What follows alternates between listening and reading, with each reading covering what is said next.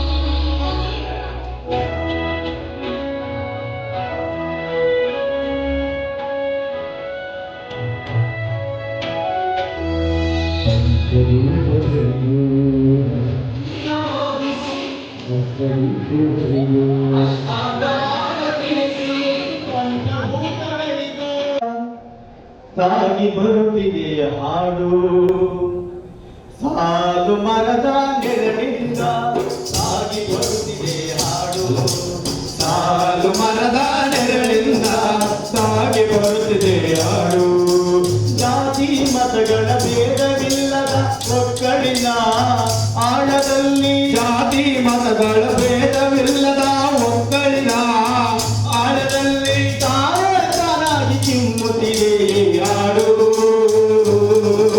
ಸಾಲು ಮರದ ನೆರಳಿಂದ ಸಾಗಿ ಬರುತ್ತಿದೆ ಹಾಡು ಸಾಲು ಮರದ ನೆರಳಿಂದ ಸಾಗಿ ಬರುತ್ತಿದೆ ಹಾಡು ಕಾಲಲ್ಲಿ ಬೂಟು ಕೈಯಲ್ಲಿ ಲಾಠಿ ಹಿಡಿದು ಸಾಗುತ್ತಿದೆ ಕವಾಯಿತು ಕಾಲಲ್ಲಿ ಬೂಟು ಕೈಯಲ್ಲಿ ಲಾಠಿ ಹಿಡಿದು ಸಾಗುತ್ತಿದೆ ಕವಾಯಿತು ಕಾಲಲ್ಲಿ ಬೂಟು ಕೈಯಲ್ಲಿ ಲಾಠಿ ಹಿಡಿದು ಸಾಗುತ್ತಿದೆ ಕವಾಯಿತು ಕಾಲಲ್ಲಿ ಬೂಟು ಕೈಯಲ್ಲಿ ಲಾಠಿ ಹಿಡಿದು ಸಾಗುತ್ತಿದೆ ಕವಾಯಿತು ಕತ್ತರಿಸುವ ಕಟ್ಟು ಕರೆದೆಯಲ್ಲಿ ಅಡಗಿರುವುದೇನು ಪ್ರೀತಿ ಸಾಲು ಮರದ ನೆರಳಿಂದ ಸಾಗಿ ಬರುತ್ತಿದೆ ಹಾಡು ಸಾಲು ಮರದ ನೆರಳಿಂದ ಸಾಗಿ ಬರುತ್ತಿದೆ ಹಾಡು ಕುಡಿಯುವ ನೀರು ಉಸಿರಾಡುವ ಗಾಳಿ ನಿಲ್ಲುವ ನೆಲ ನಮ್ಮದು ಕುಡಿಯುವ ನೀರು ಉಸಿರಾಡುವ ಗಾಳಿ ನಿಲ್ಲುವ ನೆಲ ನಮ್ಮದು ಕುಡಿಯುವ ನೀರು ಉಸಿರಾಡುವ ಗಾಳಿ ನಿಲ್ಲುವ ನೆಲ ನಮ್ಮದು ಕುಡಿಯುವ ನೀರು ಉಸಿರಾಡುವ ಗಾಳಿ ನಿಲ್ಲುವ ನೆಲ ನಮ್ಮದು ಹರಿವ ನೀರದು ಸ್ವಾಮಿ ಹರಿವ ನೀರದು ಸ್ವಾಮಿ ಹರಿವ ನೀರದು ಸ್ವಾಮಿ ಹರಿವ ನೀರದು ಸ್ವಾಮಿ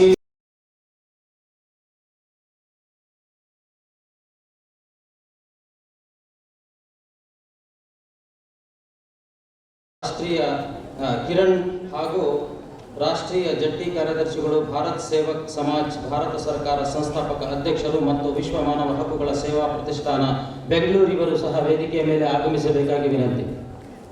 ಅದೇ ರೀತಿಯಾಗಿ ಮುಖ್ಯ ಅತಿಥಿಗಳಾಗಿ ಆಗಮಿಸಿರ್ತಕ್ಕಂಥ ಇನ್ನೋರ್ವ ಶರಣರಾಗಿರ್ತಕ್ಕಂತಹ ಎಂ ಯತೀಶ್ ಆರಕ್ಷಕ ಅಧೀಕ್ಷಕರು ಮಂಡ್ಯ ಜಿಲ್ಲೆ ಇವರು ಸಹ ವೇದಿಕೆಯ ಮೇಲೆ ಆಗಮಿಸಬೇಕಾಗಿ ವಿನಂತಿ. ಅದೇ ರೀತಿಯಾಗಿ ಶೇಖ್ ತನ್ವೀರ್ ಆಸಿಫ್ ಮುಖ್ಯ ಕಾರ್ಯನಿರ್ವಾಹಕ ಅಧಿಕಾರಿಗಳು ಜಿಲ್ಲಾ ಪಂಚಾಯತ್ ಮಂಡ್ಯ ಅವರು ಸಹ ವೇದಿಕೆಯ ಮೇಲೆ ಬರಬೇಕಾಗಿ ವಿನಂತಿ.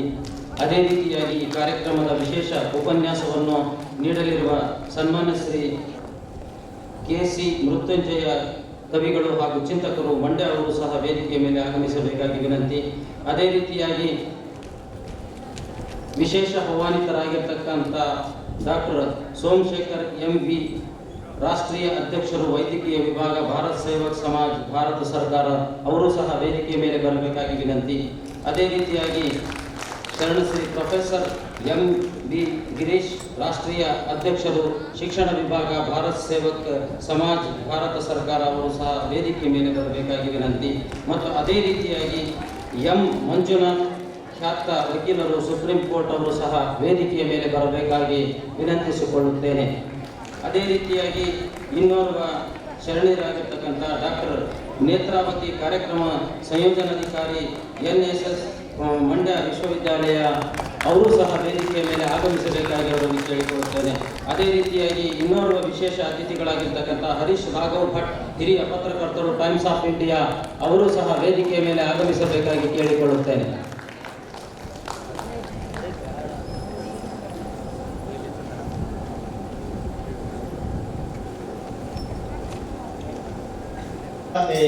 ಜಯ ಹೇ ಕರ್ನಾಟಕ ಮಾತೆ, ಜಯ ಸುಂದರ ನದಿ ವನಗಳ ನಾಡೆ, ಜಯ ಹೇ ರಸ ಋಷಿಗಳ ಬೀಡೆ, ಜಯ ಭಾರತ ಜನನಿಯ ತನುಜಾತೆ, ಜಯ ಹೇ ಕರ್ನಾಟಕ ಮಾತೆ, ಭೂದೇವಿಯ ಮಕುಟದ ನವಮಣಿಯೇ, ಗಂಧದ ಚಂದದ ಹೊನ್ನಿನ ಗಣಿಯೇ, ರಾಘವ ಮಧುಸೂದನರ ಧರಿಸಿದ ಭಾರತ ಜನನಿಯ ತನುಜಾತೆ, ಜಯ ಭಾರತ ಜನನಿಯ ತನುಜಾತೆ, ಜಯ ಹೇ ಕರ್ನಾಟಕ ಮಾತೆ.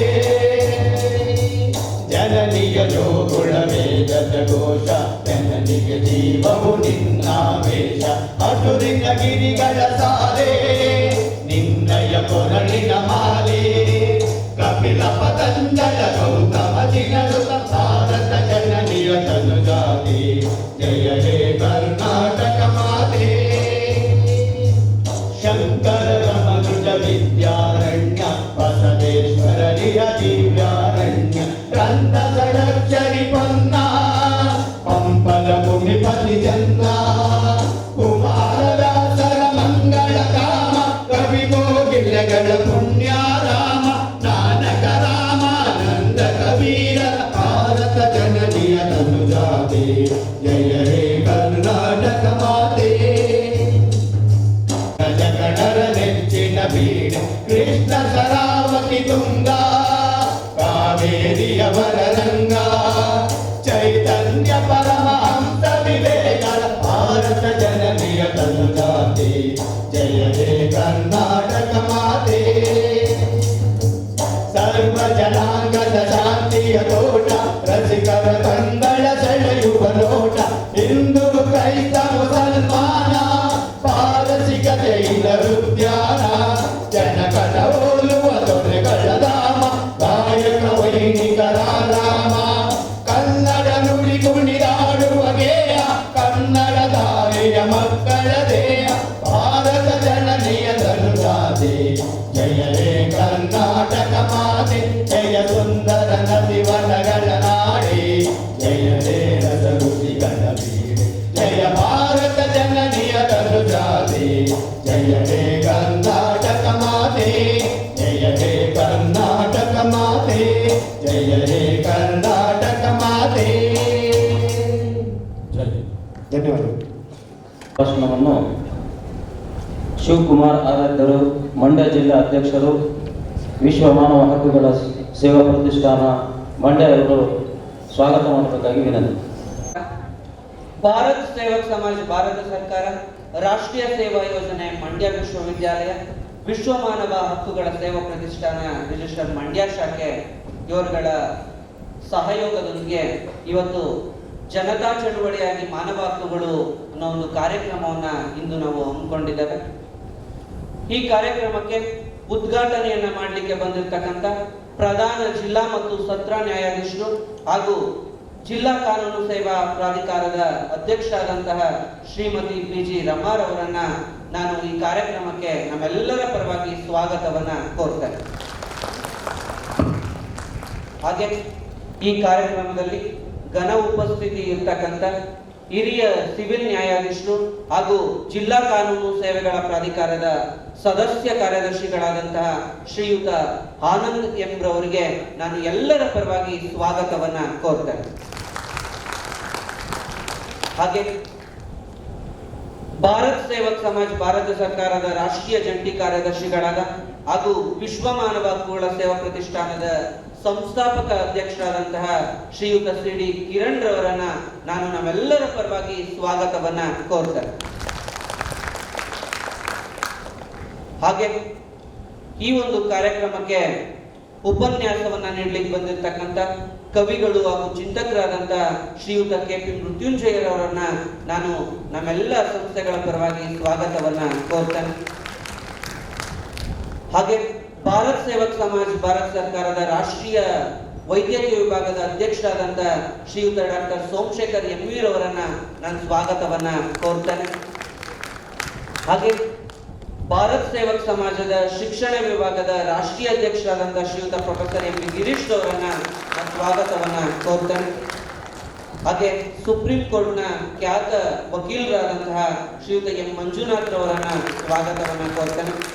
ಹಾಗೆ ಈ ಕಾರ್ಯಕ್ರಮಕ್ಕೆ ಮುಖ್ಯ ಅತಿಥಿಗಳಾಗಿ ಆಗಮಿಸಿರ್ತಕ್ಕಂಥ ಹಿರಿಯ ಪತ್ರಕರ್ತರಾದಂಥ ಹರೀಶ್ ರಾಘವ ಭಟ್ಟಾರ್ ಅವರಿಗೆ ನಾನು ಸ್ವಾಗತವನ್ನ ಕೋರ್ತೇನೆ. ಹಾಗೆ ಕಾರ್ಯಕ್ರಮ ಸಂಯೋಜನಾಧಿಕಾರಿಗಳಾದ ಶ್ರೀಮತಿ ಡಾಕ್ಟರ್ ನೇತ್ರಾವತಿ ರವರನ್ನ ನಾನು ಸ್ವಾಗತವನ್ನ ಕೋರ್ತೇನೆ.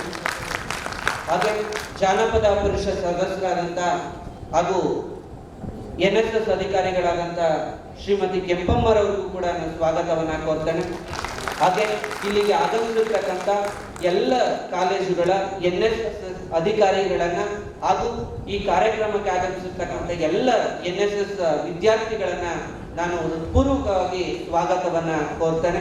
ಇನ್ನು ಸನ್ಮಾನ್ಯ ಶ್ರೀಮತಿ BV ರಮಾದೇವಿ ಅವರು ಇದನ್ನ ಮಾಡಿಕೊಡಬೇಕಾಗಿ ಕೇಳಿಕೊಳ್ತೇನೆ.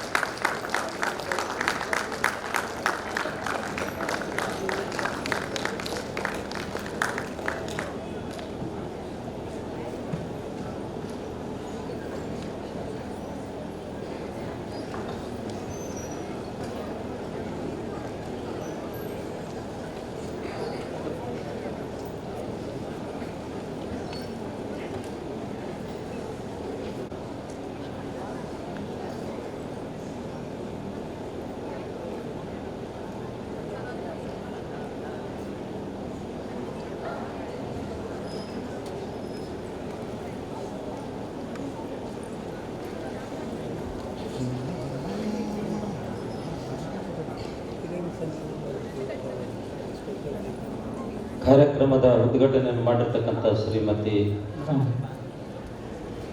BG ವೇದಿಕೆಯಲ್ಲಿ ಉಪಸ್ಥಿತರಿರ್ತಕ್ಕಂಥ ಎಲ್ಲ ಗಣ್ಯರಿಗೆ ಮತ್ತು ಇಲ್ಲಿ ಆಗಮಿಸಿರ್ತಕ್ಕಂಥ ಮುಖ್ಯವಾಗಿ ವಿದ್ಯಾರ್ಥಿಗಳಿಗೆ ಮತ್ತು ವಿದ್ಯಾರ್ಥಿನಿಯರಿಗೆ ನಾನು ನಿಜವಾಗ್ಲೂ ತುಂಬ ಹೃದಯದಿಂದ ಸ್ವಾಗತಿಸ್ತೀನಿ. ಜೊತೆಗೆ ಬಂದಿರುವಂಥ ಪತ್ರಕರ್ತರು ಮತ್ತು ನಮ್ಮ ನೆಚ್ಚಿನ ಸ್ನೇಹಿತರು ಎಲ್ಲರಿಗೂ ನನ್ನ ನಮಸ್ಕಾರಗಳು. ಇವತ್ತು ಜನತಾ ಚಳವಳಿಯಾಗಿ ಮಾನವ ಹಕ್ಕುಗಳು ಈ ಕಾರ್ಯಕ್ರಮವನ್ನು ಭಾರತ್ ಸೇವಕ್ ಸಮಾಜ್, ರಾಷ್ಟ್ರೀಯ ಸೇವಾ ಯೋಜನೆ ಮತ್ತು ವಿಶ್ವ ಮಾನವ ಹಕ್ಕುಗಳ ಪ್ರತಿಷ್ಠಾನ ಜೊತೆಗೆ ಜಿಲ್ಲಾ ಕಾನೂನು ಸೇವೆಗಳ ಪ್ರಾಧಿಕಾರ ಮಂಡ್ಯ ಇವರ ಸಹಯೋಗದೊಂದಿಗೆ ಇದೊಂದು ಶೈಕ್ಷಣಿಕ ಕಾರ್ಯಕ್ರಮವಾಗಿ ರೂಪುಗೊಳ್ಳಬೇಕು ಅಂತೇಳಿ ಬಹಳ ಆಸೆ ಪಟ್ಟು ಈ ಕಾರ್ಯಕ್ರಮವನ್ನು ನಾವು ರೂಪಿಸಿದ್ದೇವೆ. ನಮಗೆ ಇಲ್ಲಿ ಈ ಕ್ಷಣಕ್ಕೆ ನಾವು 2-3 ಸಲ ನಮ್ಮದು ತಪ್ಪಿದೆ, ಯಾಕೆಂದರೆ ಒಂದು ಕೆಲವು ಕಾರಣಗಳಿಂದ ಟೈಮನ್ನು ವೇರಿಯೇಷನ್ ಮಾಡಿದ್ದೀವಿ. ಸೊ ಅದಕ್ಕೆ ಕ್ಷಮೆ ಇರಲಿ. ಮಿಕ್ಕಂತೆ ಈ ಜನತಾ ಚಳವಳಿಯಾಗಿ ಮಾನವ ಹಕ್ಕುಗಳು ಕಾರ್ಯಕ್ರಮವನ್ನು ಕಾಲೇಜುಗಳಿಗೆ ಮತ್ತು ಪ್ರತಿ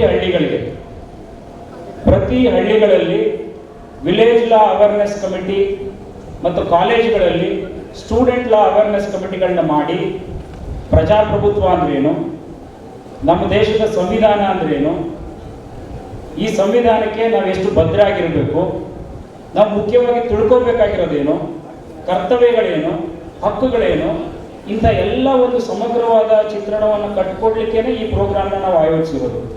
ಇದು ಇವತ್ತು ಕೇವಲ ಉದ್ಘಾಟನೆ ಅಷ್ಟೇ. ಇಡೀ ಮಂಡ್ಯ ಜಿಲ್ಲೆಯ ಪ್ರತಿ ಹಳ್ಳಿ ಮತ್ತು ಪ್ರತಿ ಕಾಲೇಜನ್ನ ತಲುಪುವಂಥ ಪ್ರಯತ್ನವನ್ನು ಈ ಕ್ಷಣದಿಂದ ನಾವುಗಳು ಮಾಡ್ತೇವೆ ಜೊತೆಯಾಗಿ. ಅದಕ್ಕೆ ಮುಖ್ಯವಾಗಿ ನಿಮ್ಮೆಲ್ಲರ ಸಹಕಾರ ನನಗೆ ಬೇಕು. ಈ ವಿಚಾರದಲ್ಲಿ ನಾನು ಸ್ವಲ್ಪ ದೀರ್ಘವಾಗಿ ನಿಮ್ಮ ಜೊತೆ ಚರ್ಚೆ ಮಾತಾಡೋದಿದೆ. ಆದರೆ ನಮ್ಮ ಜಡ್ಜ್ ಸಾಹೇಬರಿಗೆ ಸ್ವಲ್ಪ ಅನಿವಾರ್ಯ ಕಾರಣಗಳಿಂದ ಬೇರೆ ಕಡೆಯಿಂದ ಜಡ್ಜ್ಗಳು ಬಂದಿರೋದ್ರಿಂದ ಅವ್ರನ್ನ ರಿಸೀವ್ ಮಾಡಬೇಕಾಗಿರೋ ಒಂದು ಅನಿವಾರ್ಯತೆ ಇರೋದ್ರಿಂದ ಅವ್ರನ್ನ ನಾವು ಗೌರವಾನ್ವಿತವಾಗಿ ಬೀಳ್ಕೊಡ್ಬೇಕಾಗಿದೆ. ದಯಮಾಡಿ ತಾವೆಲ್ಲ ಸಹಕರಿಸಿ ಮೇಡಮ್ ನಮಗೊಂದೆರಡು ಮಾತು ಆಶೀರ್ವಾದ ಮಾಡಿ ಹೊರಡಲಿ ಅಂತ ನಾನು ಕೇಳ್ಕೊತೀನಿ. ಗಣ್ಯರೇ, ವೇದಿಕೆಯ ಮುಂಭಾಗದಲ್ಲಿರುವ ಗಣ್ಯರೇ, ವಿದ್ಯಾರ್ಥಿಗಳೇ, ನಾನು ಭಾಷಣ ಮಾಡೋದಿಲ್ಲ. ಯಾಕೆಂದರೆ ಒಂದು ನ್ಯಾಯಾಲಯದ ಅವಧಿ ಆಗಿದೆ. ಮಾನವ ಹಕ್ಕುಗಳ ಉಲ್ಲಂಘನೆ ಬೇರೆ ಕಡೆಯೂ ನಾವು ಮಾಡಬಾರ್ದು ಅಂತ ಹೇಳಿ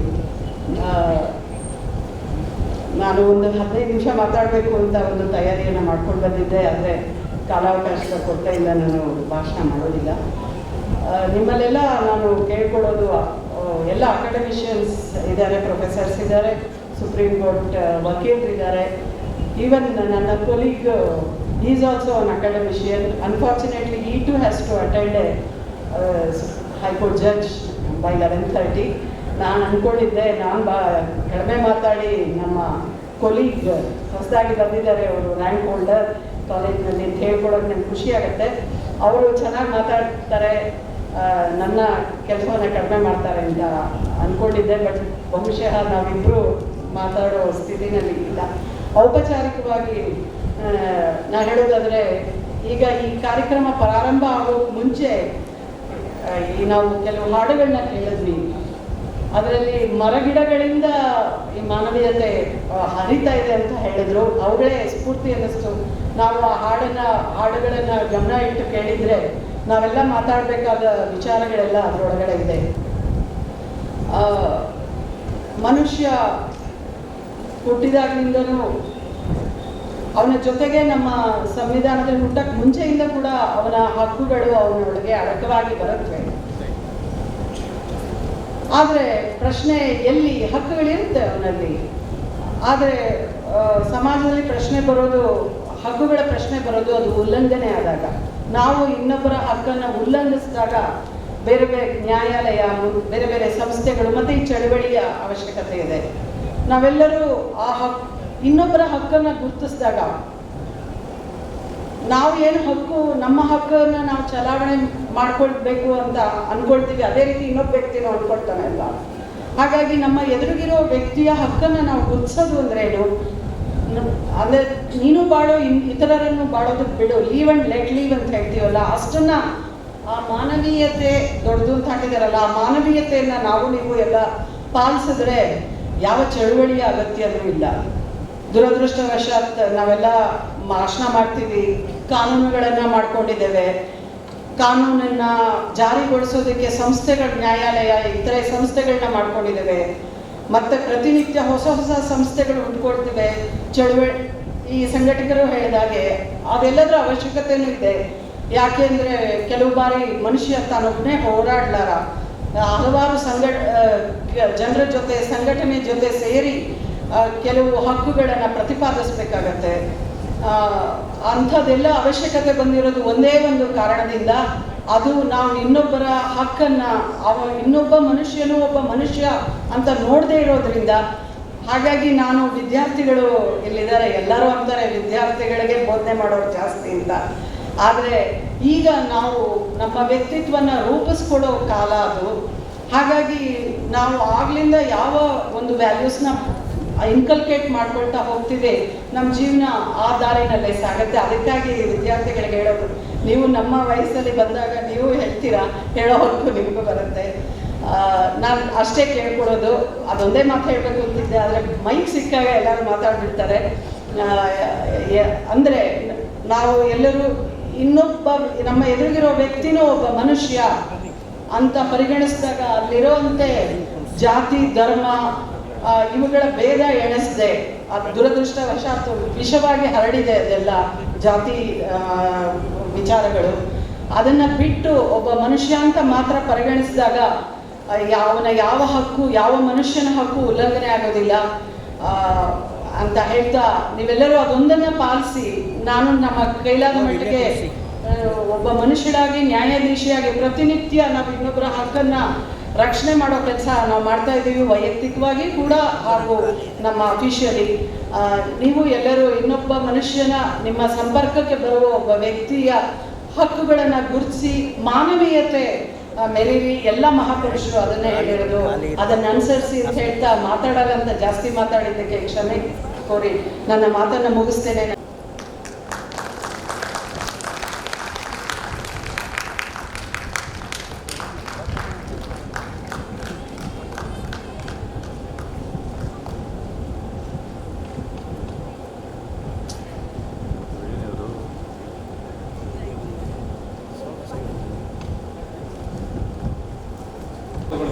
ಈ ಚಳವಳಿಗೂ ಮತ್ತು ಮಾನವ ಹಕ್ಕುಗಳಿಗೂ ಒಂದಕ್ಕೊಂದು ಅವಿನಾಭಾವ ಸಂಬಂಧ ಇದೆ ಅಂದರೆ ತಪ್ಪಾಗಲಾರ್ದು. ಯಾಕಂದರೆ ತಮಗೆ ಗೊತ್ತಿರೋ ಹಾಗೆ ನಮ್ಮ ಭಾರತ ದೇಶಕ್ಕೆ ಸ್ವಾತಂತ್ರ್ಯ ಬಂದಿದ್ದು ಸಹ ಚಳವಳಿಯಿಂದ, ಹೋರಾಟದಿಂದ. ನಮ್ಮ ಬ್ರಿಟಿಷರ ಏನು ಸಂಕೋಲೆಯಿಂದ ನಮ್ಮ ದೇಶಕ್ಕೆ ಸ್ವಾತಂತ್ರ್ಯ ದೊರಕಿಸ್ಕೊಡ್ಬೇಕಂದ್ರೆ ಅನೇಕ ಮಹಾನ್ ವ್ಯಕ್ತಿಗಳು ಮತ್ತು ಎಲ್ಲ ಜನಸಾಮಾನ್ಯರಿಂದ ಸೇರಿಕೊಂಡು ಎಲ್ಲರೂ ಸಹ ಅವಿರತವಾಗಿ ಚಳುವಳಿಗಳು ಮಾಡಿ, ಹೋರಾಟ ಮಾಡಿ ನಮ್ಮ ದೇಶಕ್ಕೆ ಸ್ವಾತಂತ್ರ್ಯ ದೊರಕಿಸ್ಕೊಟ್ಟಿದ್ದಾರೆ. ಅದನ್ನು ನಾವು ಈ ಸಂದರ್ಭದಲ್ಲಿ ಆ ಮಹಾನ್ ವ್ಯಕ್ತಿಗಳನ್ನ ನಾವು ನೆನೆಸ್ಕೋಬೇಕಾಗುತ್ತೆ. ಮತ್ತು ತಮಗೆಲ್ಲ ಗೊತ್ತಿದ್ದಂಗೆ ನಮ್ಮ ಭಾರತ ದೇಶದ ಸಂವಿಧಾನ ಲಿಖಿತ ಸಂವಿಧಾನ ಇಡೀ ಪ್ರಪಂಚದಲ್ಲಿ ಅತ್ಯಂತ ಬಲಿಷ್ಠ ಸಂವಿಧಾನ ಮತ್ತು ಉಚ್ಚ ನ್ಯಾಯಾಲಯಕ್ಕೆ ನಾವು ರಿಟ್ ಅರ್ಜಿಗಳನ್ನ ಸಲ್ಲಿಸ್ಬೋದು. ನಮ್ಮ ನ್ಯಾಯಾಲಯವು ಸಹ ಈ ಹಕ್ಕುಗಳು ಉಲ್ಲಂಘನೆ ಆದಾಗ ಅದನ್ನ ರಕ್ಷಿಸುವಂತಹ ಸಮರ್ಪಕ ಜವಾಬ್ದಾರಿಯನ್ನ ನಮ್ಮ ನ್ಯಾಯಾಲಯ ಸಹ ಮಾಡ್ಕೊಂಡು ಬರ್ತಾ ಇದೆ ಅನ್ನುವಂಥದ್ದು ನಾವು ಖುಷಿ ಪಡುವಂಥ ವಿಚಾರ. ಆದ್ರಿಂದ ಏನು ಜನತಾ ಚಳುವಳಿಯಾಗಿ ಮಾನವ ಹಕ್ಕುಗಳನ್ನು ಅಂತ ಒಂದು ಕಾನ್ಸೆಪ್ಟ್ ಏನು ಮಾಡಿದ್ದೀರಾ ಅದು ಆ ಕಾನ್ಸೆಪ್ಟ್ಗೆ ಅರ್ಥಗರ್ಭಿತವಾಗಬೇಕಂತಂದ್ರೆ ಏನು ಮಾನವ ಹಕ್ಕುಗಳು ಏನಿದೆ ಅನ್ನುವಂಥದ್ದು, ಮಾನವ ಹಕ್ಕುಗಳ ಜೊತೆಗೆ ನಾವು ಏನು ಮೂಲಭೂತ ಹಕ್ಕುಗಳು ನಮ್ಮ ಸಂವಿಧಾನ ಕೊಡಲ್ಪಟ್ಟಿರುವಂತಹ ಮೂಲಭೂತ ಹಕ್ಕುಗಳನ್ನ ಚಲಾವಣೆ ಮಾಡಿದಷ್ಟೇ ನಾವು ನಮ್ಮ ಕರ್ತವ್ಯನೂ ಸಹ ಚಲಾವಣೆ ಮಾಡಬೇಕು. ಮೂಲಭೂತ ಹಕ್ಕು ಮತ್ತು ನಾಣ್ಯಗಳು ಒಂದೇ ನಾಣ್ಯದ ಎರಡು ಮುಖಗಳಿದ್ದಂಗೆ ನಾವು ಹಕ್ಕುಗಳನ್ನ ಬರೀ ಚಲಾವಣೆ ಮಾಡಿಬಿಟ್ರೆ ಅಥವಾ ಪಡ್ಕೊಂಡ್ರೆ ಸಾಲದು, ನಮ್ಮ ಮೇಲೆ ಆ ಮೂಲಭೂತ ಕರ್ತವ್ಯಗಳನ್ನು ಸಹ ಜವಾಬ್ದಾರಿಯಿಂದ ನಿರ್ವಹಿಸುವಂತ ಪ್ರಮುಖ ಜವಾಬ್ದಾರಿ ನಮ್ಮ ಮೇಲಿದೆ. ಅದರಿಂದ ನಾವೇನು ಹಕ್ಕುಗಳಿಗೋಸ್ಕರ ಹೋರಾಟ ಮಾಡುವಂತ ಅಗತ್ಯ ಬಹುಶಃ ಇಲ್ಲ ಅಂತ ಅನ್ಕೊಂತೀನಿ. ಆದ್ರೆ ದುರದೃಷ್ಟವಶಾತ್ ಹೋರಾಟ ಮಾಡಿ ಎಲ್ಲಾನು ಪಡ್ಕೊಬೇಕು ಅನ್ನುವಂಥದ್ದು ಸ್ವಲ್ಪ ಕಷ್ಟಕರ ಸಂಗತಿ. ಅದರಿಂದ ಏನು ಹಕ್ಕುಗಳು ಏನಿದೆ, ಹಕ್ಕುಗಳು ನಾವು ಇವತ್ತು ಮಾನವರಾಗಿ ಜೀವಿಸ್ತಾ ಇದ್ದೀವಿ ಅಂದ್ರೆ ಅದು ಹುಟ್ಟಾಗಿಂದಾನೆ ಬರ್ಬೇಕು. ಈಗ ನಮ್ಮ ಕಾನೂನು ಒಂದು ಏನ್ ಮಗು ಜನನ ಹೊಟ್ಟೆದಲ್ಲಿ ಇದ್ದಾಗಿಂದ ಆ ವ್ಯಕ್ತಿ ಮರಣ ಆದಾಗವರೆಗೂ ಸಹ ಕಾನೂನು ಅಪ್ಲೈ ಆಗುತ್ತೆ. ಕಾನೂನು ಮಾಡ್ಕೊಂಡಿರುವಂಥದ್ದು ನಮಗೋಸ್ಕರ, ನಮ್ಮ ರಕ್ಷಣೆಗೋಸ್ಕರ. ನಾವು ನಮ್ಮ ಜೊತೆಗೆ ನಮ್ಮೆಲ್ಲರ ರಕ್ಷಣೆಗೋಸ್ಕರ ಮಾಡ್ಕೊಂಡಿದ್ದೀವಿ. ಆ ಕಾನೂನು ನಾವೆಲ್ಲರೂ ಗೌರವಿಸೋಣ, ಮಾನವ ಹಕ್ಕುಗಳಿಗೆ ಗೌರವಿಸೋಣ. ನಾವು ನಮ್ಮ ಜೊತೆಗೆ ಎಲ್ಲರೂ ಸಹ ಪ್ರೀತಿ ಸಹಕಾರದಿಂದ ನೋಡ್ತಾ ಈ ಏನು ಮಾನವ ಹಕ್ಕುಗಳಂತ ಒಂದು ಕಾನ್ಸೆಪ್ಟ್ ಇದೆ ಅದಕ್ಕೆ ನಾವು ಪೂರಕವಾಗಿ ಸಹಕರಿಸೋಣ. ನಮ್ಮ ಈ ಮಾನವ ಹಕ್ಕುಗಳಿಗೆ ಎಲ್ಲ ಪಾಪ ಈ ಕಾರ್ಯಕ್ರಮವನ್ನು ನಂಬಿಕೊಂಡು ಮತ್ತೆ ಹಳ್ಳಿಗಳಲ್ಲೂ ಸಹ ಈ ಕಾರ್ಯಕ್ರಮ ಮಾಡ್ತಿರೋಂತಹ ಮಹತ್ವ ಉದ್ದೇಶವನ್ನು ಹೊಂದಿರುವಂತಹ CDPIO ಅವ್ರಿಗೆ ಈ ಸಂದರ್ಭದಲ್ಲಿ ಶುಭಾಶಯಗಳನ್ನ ಅರ್ಪಿಸ್ತಾ ನಿಮ್ಮ ಕಾರ್ಯಕ್ರಮ ಯಶಸ್ವಿ ಆಗಲಿ, ಎಲ್ಲರೂ ಸಹ ಸುಭಿಕ್ಷೆಯಾಗಿ ಸಮೃದ್ಧಿಯಾಗಿ ಶಾಂತಿಯಿಂದ ಬದುಕಲಿ ಅಂತ ಹಾರೈಸ್ತಾ ಈ ಕಾರ್ಯಕ್ರಮಕ್ಕೆ ಆಗಮಿಸಿ ನಮಗೆ ಅವಕಾಶ ಮಾಡಿಕೊಟ್ಟಂತ ತಮ್ಮೆಲ್ಲರಿಗೂ ವಂದಿಸ್ತೀನಿ. ಧನ್ಯವಾದ ಮಾಡಬೇಕು ಅಂತ ಕೋರ್ಕೊಳ್ತೇನೆ.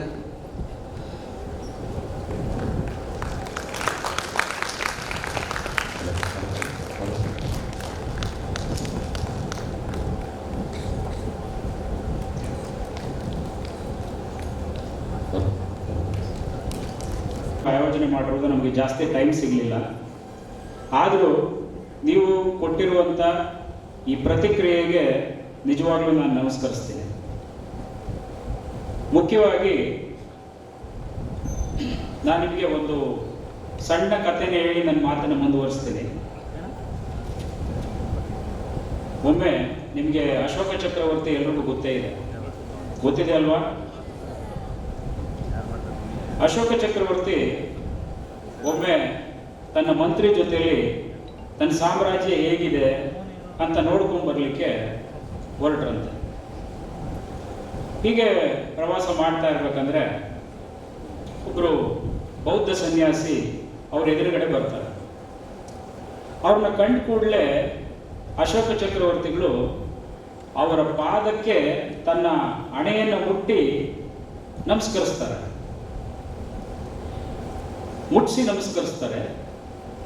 ಅದನ್ನ ನೋಡಿದಂಥ ಮಂತ್ರಿಗೆ ಒಂಥರ ಕಸ್ಬಿಸಿ ಆಗುತ್ತೆ.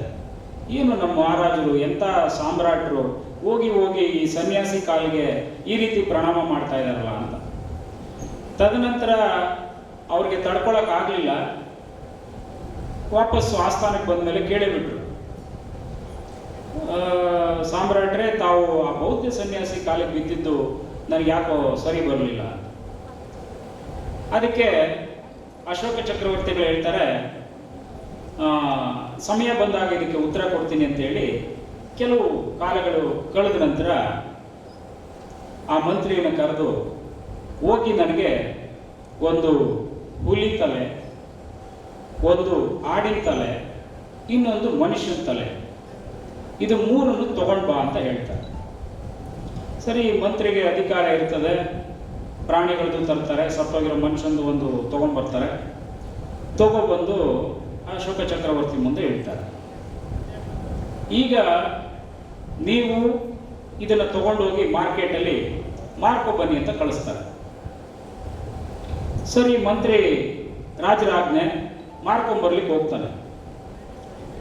ಆಡಿನ ತಲೆನೂ ಮಾರಾಟ ಆಗೋಯ್ತು, ಸಿಂಹದ ತಲೆನೂ ಮಾರಾಟ ಆಗೋಯ್ತು, ಮನುಷ್ಯನ ತಲೆ ಮಾತ್ರ ಮಾರಾಟ ಆಗಲಿಲ್ಲ. ವಾಪಸ್ ಬರ್ತಾರೆ. ವಾಪಸ್ ಬಂದ್ಬಿಟ್ಟು ಸಾಮ್ರಾಟ್ರೆ ಆಗಲಿಲ್ಲ, ಹೋಗ್ಲಿ ಒಂದು ಕೆಲಸ ಮಾಡು, ಈ ಸತಿ ಮಾರ್ಕೆಟ್ಗೆ ಹೋಗಿ ಫ್ರೀ ಅಂತ ಅನೌನ್ಸ್ ಮಾಡ್ಬಿಡು. ಮನುಷ್ಯನ ತಲೆನ ಫ್ರೀ ಅಂದ್ರೂ ಯಾರು ತಗೊಳ್ತಾ ಇಲ್ಲ, ಆದರೆ ಆಡು ಮತ್ತು ಸಿಂಹದ ತಲೆ ಮಾತ್ರ ಮಾರಾಟ ಆಗುತ್ತೆ.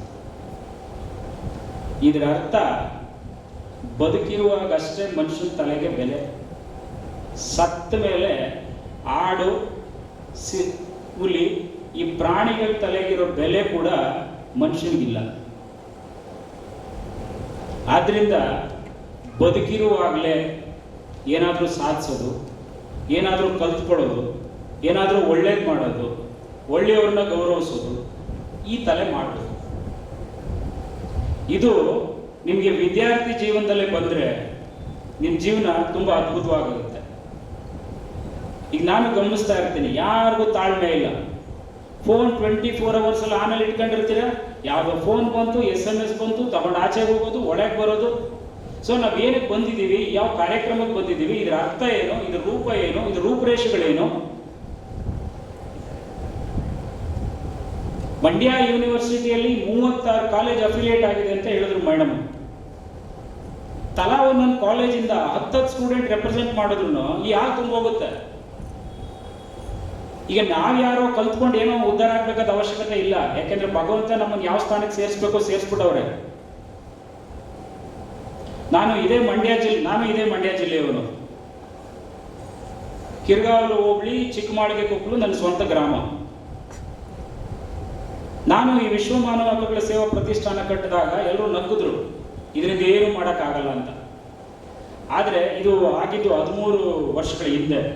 13 ವರ್ಷದ ಹಿಂದೆ ಈ ಸಂಸ್ಥೆಯನ್ನು ಕಟ್ಟಿ ಇವತ್ತು ಕರ್ನಾಟಕ ರಾಜ್ಯಾದ್ಯಂತ ಇದೆ. ಆದರೆ ಅನ್ಫಾರ್ಚುನೇಟ್ಲಿ ಎಲ್ಲಿ ಹುಟ್ಟುತ್ತೋ ಅಲ್ಲಿ ನಾನು ಬೇರೆ ಕಡೆ ಕಾನ್ಸಂಟ್ರೇಟ್ ಮಾಡಿದ್ಮೇಲೆ, ನಾನು ಬೆಂಗಳೂರು ಕಡೆ ಸೆಟ್ಲ್ ಆದಮೇಲೆ ಸ್ವಲ್ಪ ಈ ಕಡೆ ಸಂಘಟನೆ ಕಡೆ ಗಮನ ಸ್ವಲ್ಪ ಕಮ್ಮಿ ಆಯಿತು. ಅದಕ್ಕೆ ನಾನು ನಮ್ಮ ಕಾರ್ಯಕರ್ತರಲ್ಲಿ ನಿಜವಾಗ್ಲೂ ಕ್ಷಮೆ ಕೇಳ್ತೀನಿ. ನಾನು ಯಾಕೆ ಈ ಮಾತು ಹೇಳ್ತಾ ಇದ್ದೀನಿ ಅಂದರೆ, ಯಾವುದೇ ಒಂದು ಸಾಧನೆ ಮಾಡುವಾಗ, ಈಗ ನೀವು ವಿದ್ಯಾಭ್ಯಾಸ ಮಾಡ್ತಾ ಇದ್ದೀರಾ, ಈಗ ಓದುವಾಗ ನಿಮಗೆ ಡೆಡಿಕೇಶನ್ ಬೇಕು. ಎಲ್ಲಿ ಏನೇ ನಡೀಲಿ, ಆ ಮೊಬೈಲು ಎಲ್ಲನೂ ಒಂದು 6 ತಿಂಗಳು 3 ತಿಂಗಳು ಕಟ್ಟಿ ಮೂಲೆಗೆ ಬಿಸಾಕಿ ಏನು ಕಲ್ತ್ಕೋಬೇಕು ಅದ್ರ ಕಡೆ ಗಮನ ಕೊಡಬೇಕು. ನಿಮ್ಮ ಒಬ್ಬೊಬ್ಬರು ಮನೆ ಪರಿಸ್ಥಿತಿಗಳು ಒಂದೊಂದು ಥರ ಇರ್ತದೆ, ಹೌದಲ್ಲ? ಇನ್ನು ಎಲ್ಲ ಹುಡ್ತಾನೆ ಶ್ರೀಮಂತರ ಮಕ್ಕಳಾಗಿ ಹುಡ್ತಾರ? ಬಡವ್ರ ಮಕ್ಕಳಾಗಿ ಹುಟ್ಟಿ ಅದೇನು ತಪ್ಪಲ್ಲ, ಜೀವನ ಕಲಿಸ್ಕೊಡೋದು ನಿಜವಾಗ್ಲೂ ಅದೇ. ಆದರೆ ಅದನ್ನು ಮೀರಿ ಬೆಳೆಯುವಂಥ ಒಂದು ತಾಳ್ಮೆ, ಒಂದು ವ್ಯವಧಾನ, ಒಂದು ಬುದ್ಧಿವಂತಿಕೆ ಕಲ್ತ್ಕೋಬೇಕು. ಆ ಕಲ್ತ್ಕೋಬೇಕು ಅಂದರೆ ಈ ವಯಸ್ಸಲ್ಲಿ, ಪರ್ಟಿಕ್ಯುಲರ್ಲಿ ಈ ವಯಸ್ಸಲ್ಲಿ ನೀವು ಯಾವುದ್ರಲ್ಲಿ ತೊಡಗಿಸ್ಕೋತಿರೋ ಅದೇ ನಿಮಗೆ ಫಲವಾಗಿ ಸಿಗುವಂಥದ್ದು. ಈಗ ತಾನೇ ಮೇಡಮ್ ಹೇಳ್ತಾ ಇದ್ರು, ಕೆಲವು ಏನು ಮಾಡೋಕ್ಕಾಗಲ್ಲ, ಅವ್ರಿಗೆ ಇಷ್ಟ ಇಲ್ಲ ಅಂದ್ರೆ ನಾವು ಬಲವಂತವಾಗಿ ತುರುಕ್ಬೇಕು ಅವ್ರಿಗೆ ಅಂತ. ನೇತ್ರಾವತಿ ಅವರು ಜಡ್ಜ್ ಮೇಡಮ್ ಜೊತೆ ಕೂತಿದ್ದಾಗ ನಾನು ನಿಜವಾಗ್ಲೂ ಇವತ್ತು ಕೆಂಪಮ್ಮವ್ರಿಗೆ ನಾನು ಎಷ್ಟು ಥ್ಯಾಂಕ್ಸ್ ಹೇಳಿದ್ರು ಸಾಲದು. ಯಾಕೆಂದ್ರೆ ಅಟ್ಲೀಸ್ಟ್ ಎಲ್ಲೋ ಒಂದ್ ಕಡೆ ನನಗೆ ನೇತ್ರಾವತಿ ಮೇಡಮ್ ಮತ್ತೆ ಕೆಂಪಮ್ಮ ಮೇಡಮ್ ಅವರು ನಿಜವಾಗ್ಲೂ ಸ್ಪಂದಿಸಿದ್ದಾರೆ. ನಾನು ಅವರಿಬ್ಬರಿಗೂ ಧನ್ಯವಾದಗಳನ್ನ ಹೇಳ್ತೀನಿ. ಈಗ ನಾವು ಬದುಕ್ತಾ ಇರೋದು ಪ್ರಜಾಪ್ರಭುತ್ವ ವ್ಯವಸ್ಥೆಯಲ್ಲಿ. ಏನು ಪ್ರಜಾಪ್ರಭುತ್ವ ಅಂದ್ರೆ ಏನು? ಯಾರಾದರೂ ಒಬ್ಬರು ಹೇಳಿ. ಮೈಕ್ ಕೊಡ್ರಪ್ಪ ಯಾರಾದ್ರೂ.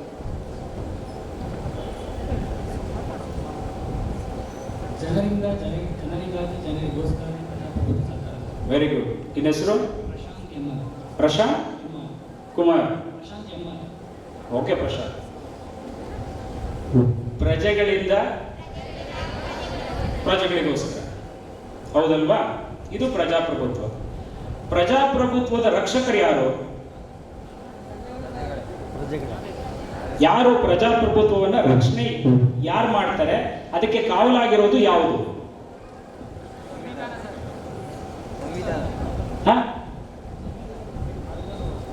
ಜೋರಾಗಿ ಹೇಳ. ಸಂವಿಧಾನ.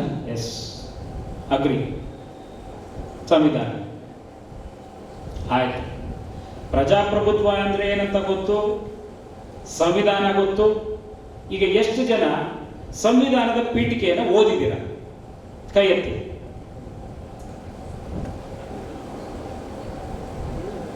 ಪಕ್ಕ ಎದ್ದೇಳಮ್ಮ, ಎದ್ದೇಳು. ಸಂವಿಧಾನದ ಪೀಠಿಕೆಯನ್ನು ಓದಿದ್ದೀರ? ಓಕೆ, ಬೇರೆ ಯಾರಾದರೂ?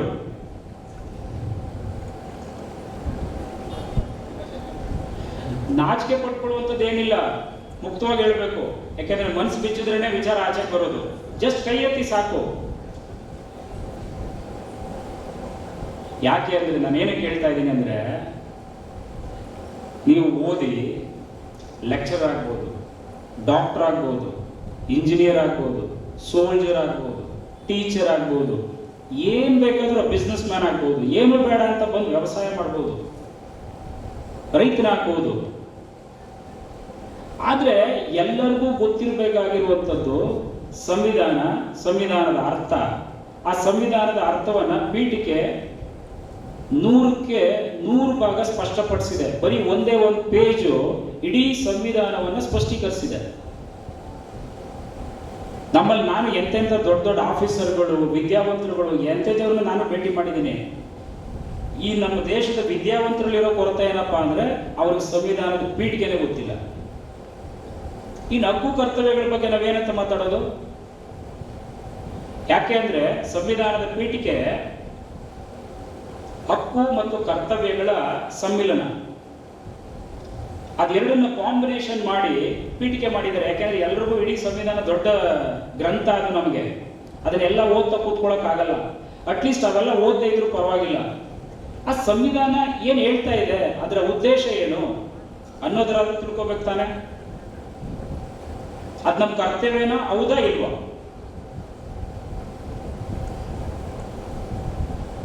ನಾನು ನಿಮಗೋಸ್ಕರ ಒಂದ್ಸಾರಿ ಅದನ್ನ ಓದ್ತೀನಿ.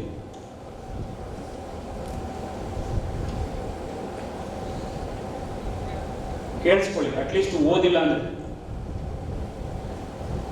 ಭಾರತದ ಜನತೆಯಾದ ನಾವು ಅಂದ್ರೆ ಎಲ್ರು, ಹೌದಾ?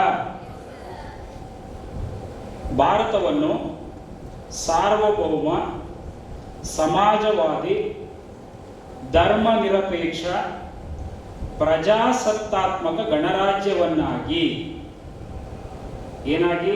ಸಾರ್ವಭೌಮವಾಗಿ, ಸಮಾಜವಾದಿಯಾಗಿ, ಧರ್ಮ ನಿರಪೇಕ್ಷವಾಗಿ, ಪ್ರಜಾಸತ್ತಾತ್ಮಕ ಗಣರಾಜ್ಯವನ್ನಾಗಿ ರೂಪಿಸುವುದಕ್ಕಾಗಿ ಭಾರತದ ಎಲ್ಲ ಪ್ರಜೆಗಳಿಗಾಗಿ ಸಾಮಾಜಿಕ, ಆರ್ಥಿಕ ಮತ್ತು ರಾಜಕೀಯ ನ್ಯಾಯವನ್ನು, ವಿಚಾರ, ಅಭಿವ್ಯಕ್ತಿ, ನಂಬಿಕೆ, ಧರ್ಮ ಮತ್ತು ಉಪಾಸನೆ ಸ್ವಾತಂತ್ರ್ಯವನ್ನು. ನೋಡಿ, ಎಲ್ಲ ಹಕ್ಕುಗಳು ಇಲ್ಲೇ ಬಂದ್ಬಿಡ್ತವೆ.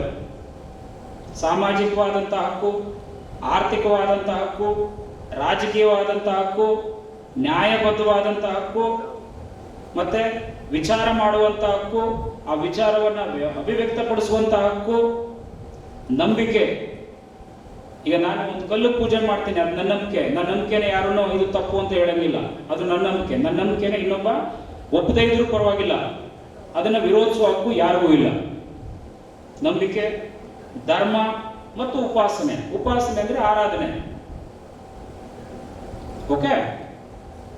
ಉಪಾಸನೆಯ ಸ್ವಾತಂತ್ರ್ಯವನ್ನು, ಸ್ಥಾನಮಾನ ಮತ್ತು ಅವಕಾಶಗಳ ಸಮಾನತೆಯನ್ನು, ಎಲ್ಲರಿಗೂ ಈಕ್ವಲ್ ಆಗಿ, ಈಗ ಒಬ್ಬರನ್ನ ಕೆಳಗೆ ಒಬ್ಬರನ್ನ ಮೇಲೆ ಏನು ಕೂರಿಸಿಲ್ಲ, ಅಲ್ಲಿ ಆಸ್ ಅ ಸ್ಟೂಡೆಂಟ್ ಆಗಿ ಎಲ್ಲರನ್ನೂ ನಾವು ಒಂದೇ ತರ ನೋಡ್ತಾ ಇದ್ದೀವಿ. ಆ ತರ ಸಮಾನತೆಯನ್ನು ದೊರೆಯುವಂತೆ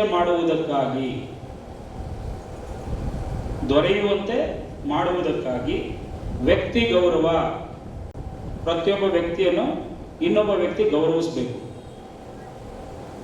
ದೇಶದ ಏಕತೆ, ಜಾತಿ, ಧರ್ಮ, ಭಾಷೆ ವಿಚಾರದಲ್ಲಿ ದೇಶದಕ್ಕೆ ಸಾಮರಸ್ಯವನ್ನು ಹಾಳು ಮಾಡದಂಗೆ,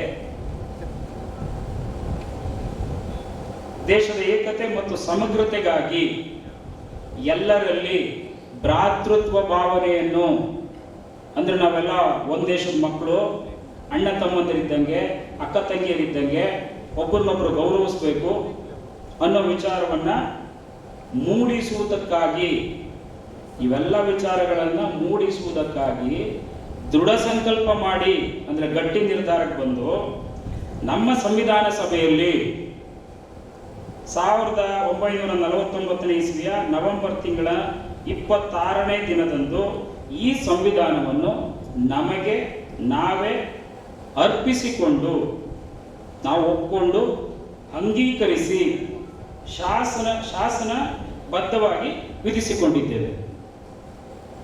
ಇದು ಸಂವಿಧಾನ ಪೀಠ. ಇದಿಷ್ಟನ್ನ ಸರಿಯಾಗಿ ಅರ್ಥ ಮಾಡಿಕೊಂಡ್ರೆ ಈ ದೇಶಕ್ಕೆ ಯಾವ ಸಮಸ್ಯೆನೂ ಇಲ್ಲ. ಆದರೆ ಈ ಪೀಠಿಕೆಯನ್ನು ಅರ್ಥ ಮಾಡಿಕೊಳ್ಳದೆ ಇದನ್ನು ಬೇರೆ ಬೇರೆ ಥರ ವ್ಯಾಖ್ಯಾನ ಮಾಡ್ತಾ ನಮ್ಮ ದೇಶ ಪ್ರಪಂಚದಲ್ಲಿ ಏಳನೇ ಅತಿ ದೊಡ್ಡ ದೇಶ, 22ಕ್ಕೂ ಹೆಚ್ಚು ಸಂವಿಧಾನ ಅಂಗೀಕರಿಸಿರೋ ಭಾಷೆಗಳೇ ಇವೆ.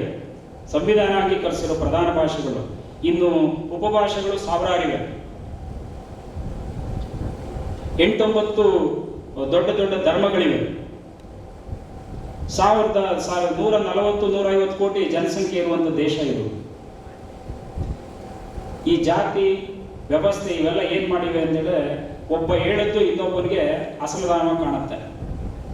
ಅದೆಲ್ಲವನ್ನು ಮೀರಿ ಬದುಕಿ ಒಂದು ಒಳ್ಳೆ ಸಮಾಜವನ್ನು ಕಟ್ಕೋಬೇಕು ಅಂತಲೇ ಈ ನಮ್ಮ ಸಂವಿಧಾನದ ಪಿತಾಮಹರುಗಳು ಕೂತ್ಕೊಂಡು ಬರೆದು ನಮ್ಮ ದೇಶದ ಎಲ್ಲ ಆಚಾರ ವಿಚಾರಗಳನ್ನ ತಿಳ್ಕೊಂಡು ಇದನ್ನು ನಮಗೆ ಕೊಟ್ಟಿದ್ದಾರೆ. ಇಲ್ಲೇ ಮಾನವ ಹಕ್ಕು, ಮಾನವ ಕರ್ತವ್ಯ ಎಲ್ಲವೂ ಈ ಸಂವಿಧಾನದ ಪೀಠಿಕೆಯಲ್ಲೇ ಒಳಗೊಂಡಿದೆ. ಇದನ್ನ ಅರ್ಥ ಮಾಡಿಸ್ಲಿಕ್ಕೋಸ್ಕರ ನಾವು ಈ ಕಾರ್ಯಕ್ರಮವನ್ನು ಆಯೋಜಿಸಿದ್ದೀವಿ. ಇದರಲ್ಲಿ 2 ಮುಖ್ಯವಾದಂಥ ವಿಚಾರಗಳನ್ನ ಇಟ್ಕೊಂಡಿದ್ದೀವಿ. ಒಂದು, ವಿಲೇಜ್ ಲಾ ಅವೇರ್ನೆಸ್ ಕಮಿಟಿ. ಹಳ್ಳಿಯಲ್ಲಿ ಕಾನೂನು ಸಾಕ್ಷರತಾ ಕೂಟ. ಪ್ರತಿ ಹಳ್ಳಿಯಿಂದ 10 ಜನರನ್ನ ಆಯ್ಕೆ ಮಾಡ್ತೀವಿ. ಯಾಕೆ ನಿಮ್ಗೆ ಹೇಳ್ತಾ ಇದ್ದೀನಿ, ನೀವು ಬೇರೆ ಬೇರೆ ಊರಿಂದ ಬಂದಿದ್ದೀರ. ಅಲ್ಲಿ ಗಂಡು ಹೆಣ್ಣು, ಆ ಜಾತಿ ಈ ಜಾತಿ ಅವ್ಯಾವು ನಮ್ಮ ತಲೆಯಲ್ಲೂ ಇಲ್ಲ, ನಮ್ಮ ಮನಸ್ಸಲ್ಲೂ ಇಲ್ಲ, ನಾವು ಅದನ್ನು ಇಟ್ಕೊಂಡೂ ಇಲ್ಲ. ನಾವು ಪ್ರಜಾಪ್ರಭುತ್ವ ಕಲ್ಪನೆ ಇಟ್ಕೊಂಡಿದ್ದೀವಿ. ನಮ್ಗೆ ಯಾವ ಭಾಷೆ, ಯಾವ ಧರ್ಮ ಯಾವುದೂ ಬೇಕಾಗಿಲ್ಲ. ನಮಗೆ ಬೇಕಾಗಿರೋದು ಈ ದೇಶ ಮತ್ತು ಕಾನೂನು. ಈಗ ಪಾಪ ಅಲ್ಲಿ ಪೊಲೀಸ್ನವ್ರು ಬಂದು ಆ ಕಡೆ ಕೂತಿದ್ದಾರೆ. ಓಕೆ, ಏನಕ್ಕೆ ಬರ್ತಾರೆ? ಇಲ್ಲೊಂದು ಕಾರ್ಯಕ್ರಮ ನಡೀತಾ ಇದೆ, ಏನೋ ತೊಂದರೆ ಆಗಬಾರ್ದು, ಮಾಡಬಾರ್ದು ಅಂತ.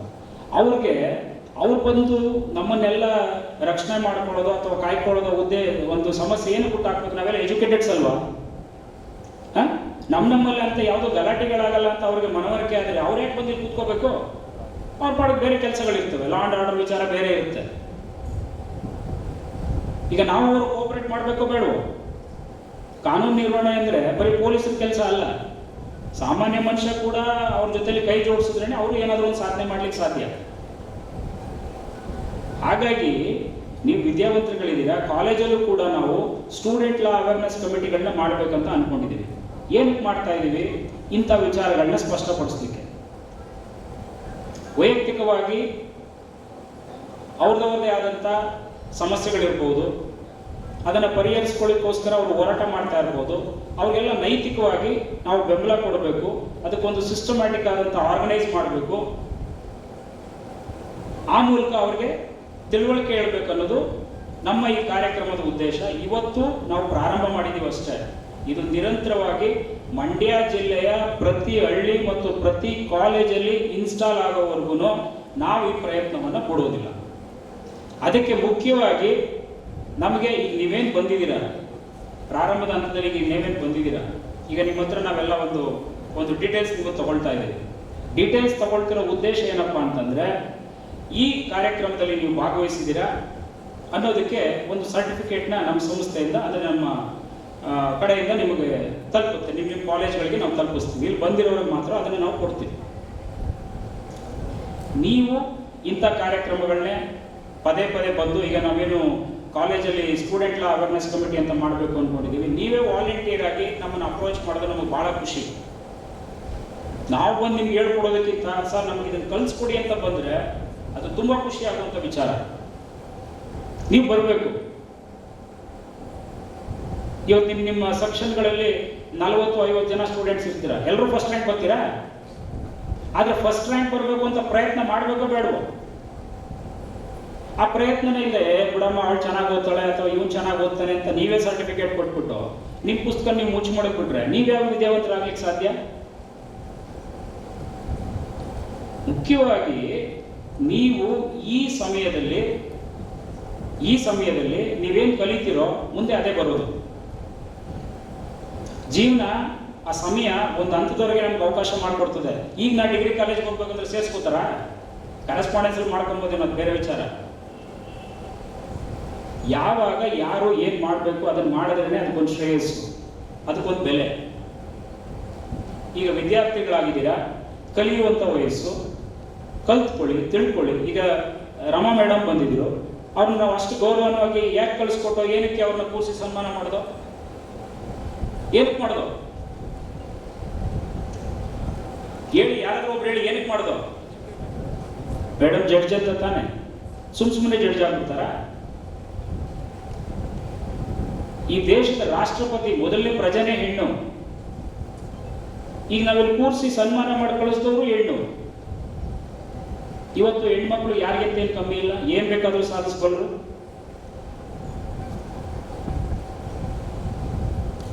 ಯಾಕೆಂದ್ರೆ ಅಟ್ಲೀಸ್ಟ್ ನನ್ನ ತಿಳಿದಂಗೆ ಸ್ವಲ್ಪ ಏಕಾಗ್ರತೆ ಜಾಸ್ತಿ ಇದೆ ಹೆಣ್ಮಕ್ಳಿಗೆ, ಗಂಡು ಮಕ್ಳಿಗೆ ಸ್ವಲ್ಪ ಕಮ್ಮಿ. ಒಂದ್ ವೇಳೆ ಗಂಡು ಮಕ್ಳಿಗೆ ಆ ಏಕಾಗ್ರತೆ ಬಂದ್ಬಿಟ್ರೆ ಅವ್ರು ಮಿತಿಮೀರಿದ್ದನ್ನೇ ಸಾಧಿಸ್ತಾರೆ, ಬಟ್ ಬರೋದು ಕಷ್ಟ.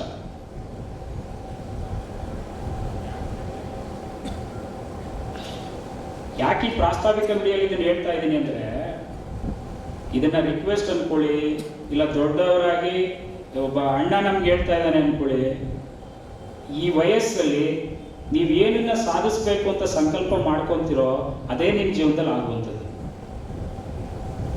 ಪ್ರಯತ್ನ, ಸೋಲು ಗೆಲುವು, ಆಮೇಲೆ ಅಟ್ಲೀಸ್ಟ್ ಪ್ರಯತ್ನನಾದ್ರೂ ಪಡಬೇಕಲ್ಲ. ಅಷ್ಟೇ ನಾನು ಪ್ರಯತ್ನ ಪಟ್ಟೆ ಅಂತನಾದ್ರೂ ಅನ್ನಿಸ್ಬೇಕಲ್ಲ.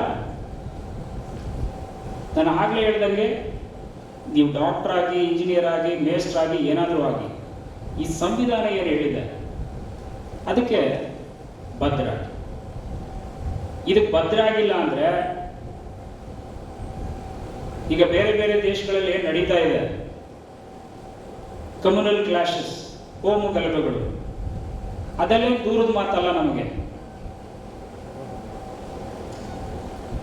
ಒಬ್ಬರನ್ನ ಇನ್ನೊಬ್ಬರನ್ನ ಗೌರವಿಸೋದನ್ನ ಮೊದಲು ನಾವು ಕಲ್ತ್ಕೋಬೇಕು. ವ್ಯಕ್ತಿ ಗೌರವನ ನಾವು ಕಲ್ತ್ಕೊಂಡ್ಬಿಟ್ರೆ ಅರ್ಧ ಸಮಸ್ಯೆ ಬಗೆಹರಿದಂಗೆ. ನಿಮಗೆ ಇನ್ನೊಬ್ಬನ ಗೌರವಿಸೋಕೆ ಬರಲಿಲ್ಲ ಅಂದ್ರೆ ನಿಮಗೂ ಆ ಗೌರವ ಸಿಗಲ್ಲ. ಇದು ಮಾನವ ಹಕ್ಕುಗಳಲ್ಲಿ ಮತ್ತು ಕರ್ತವ್ಯಗಳಲ್ಲಿ ತಿಳ್ಕೋಬೇಕಾದಂಥ ಬೇಸಿಕ್ ಪ್ರಿನ್ಸಿಪಲ್.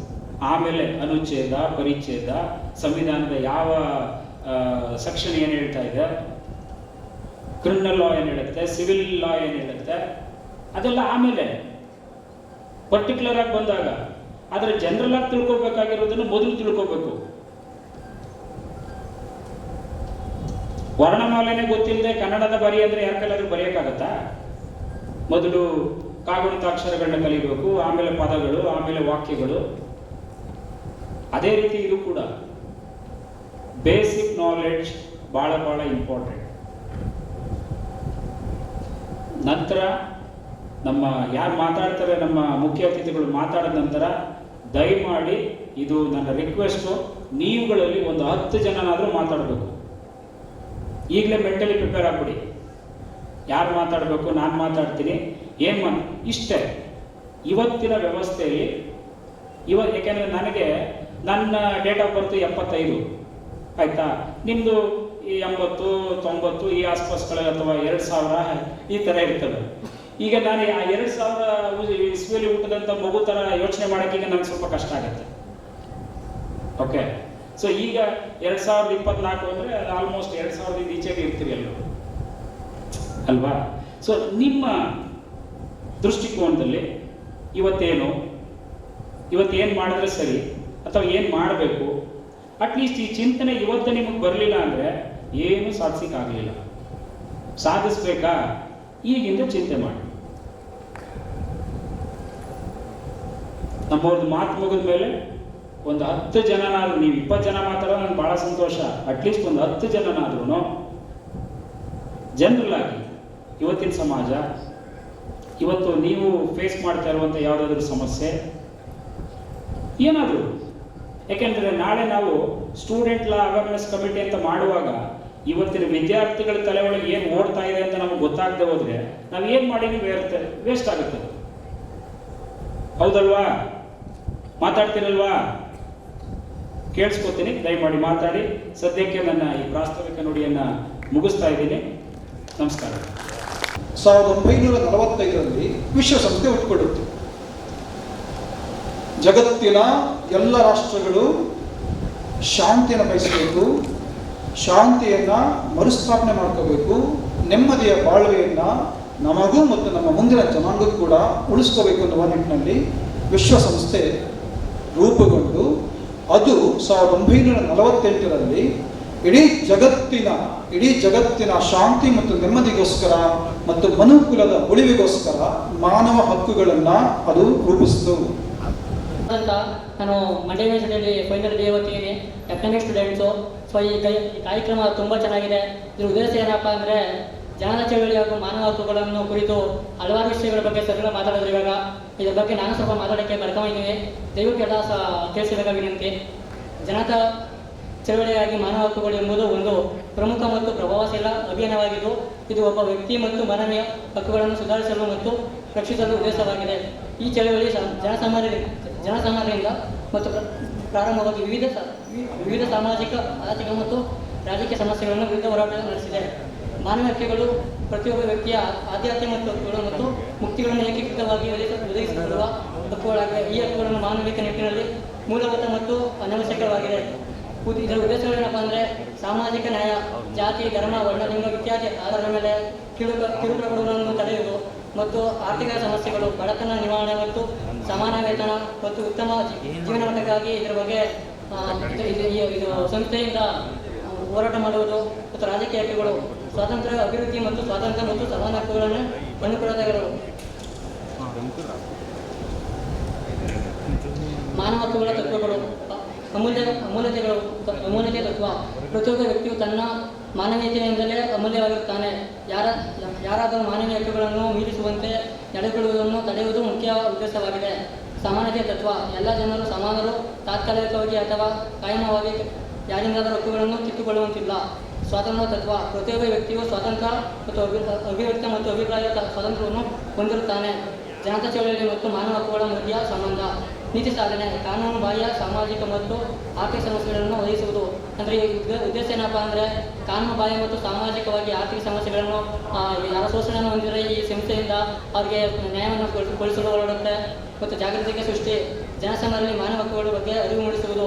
ಅಂದರೆ ಈಗ ನಾವು ಸ್ಟೂಡೆಂಟ್ಸ್ಗಳಲ್ಲಿ ಈ ಥರ ಈ ಉದ್ದೇಶವನ್ನು ಹೇಳಿದರೆ ಅಟ್ಲೀಸ್ಟ್ ನಾವು ಮುಂದೆ ಜನಸಂಘ ನಾವು ಇದ್ರ ಬಗ್ಗೆ ಎಲ್ಲ ತಿಳಿಸ್ತೀವಿ ಮತ್ತು ಹಲವಾರು ಗ್ರಾಮಗಳಲ್ಲಿ ಇದ್ರ ಬಗ್ಗೆ ಹೋಗಿ ವಿಚಾರವನ್ನು ಮೂಡಿಸಿದರೆ ಜನಸಾಮಾನ್ಯರಿಗೆ ತಿಳುವಳಿಕೆ ಬರುತ್ತೆ. ನಿರ್ಣಯಾತ್ಮಕ ಕ್ರಿಯೆ. ಸರ್ಕಾರ ಮತ್ತು ಸಂಸ್ಥೆಗಳ ಮೇಲೆ ಒತ್ತಡ ಇರುವ ಮೂಲಕ ನೀತಿಗಳನ್ನು ಒದಗಿಸುವುದು. ಅಂದರೆ ಈಗ ಯಾವ್ದಾರು ಸಂವಿಧಾನವನ್ನು ಅಥವಾ ಯಾವ್ದಾರ ತಿದ್ದುಪಡಿಗಳನ್ನು ಮಾಡಬೇಕು ಅಂದರೆ ಸರ್ಕಾರ ಮೇಲೆ ಸರ್ಕಾರ ಮೇಲೆ ಉತ್ತರ ಅಂತ ಹೇಳಿದರೆ ಅದು ಅಟ್ಲೀಸ್ಟ್ ಬದಲಾವಣೆ ತರುತ್ತೆ ಅಂತ ಈ ಮೂಲಕ ಇದು ಉದ್ದೇಶವಾಗಿದೆ. ಇಷ್ಟು ಮಾತ್ರ ಅವಕಾಶ ಮಾಡಿಕೊಡೋದನ್ನ ಧನ್ಯವಾದಗಳು.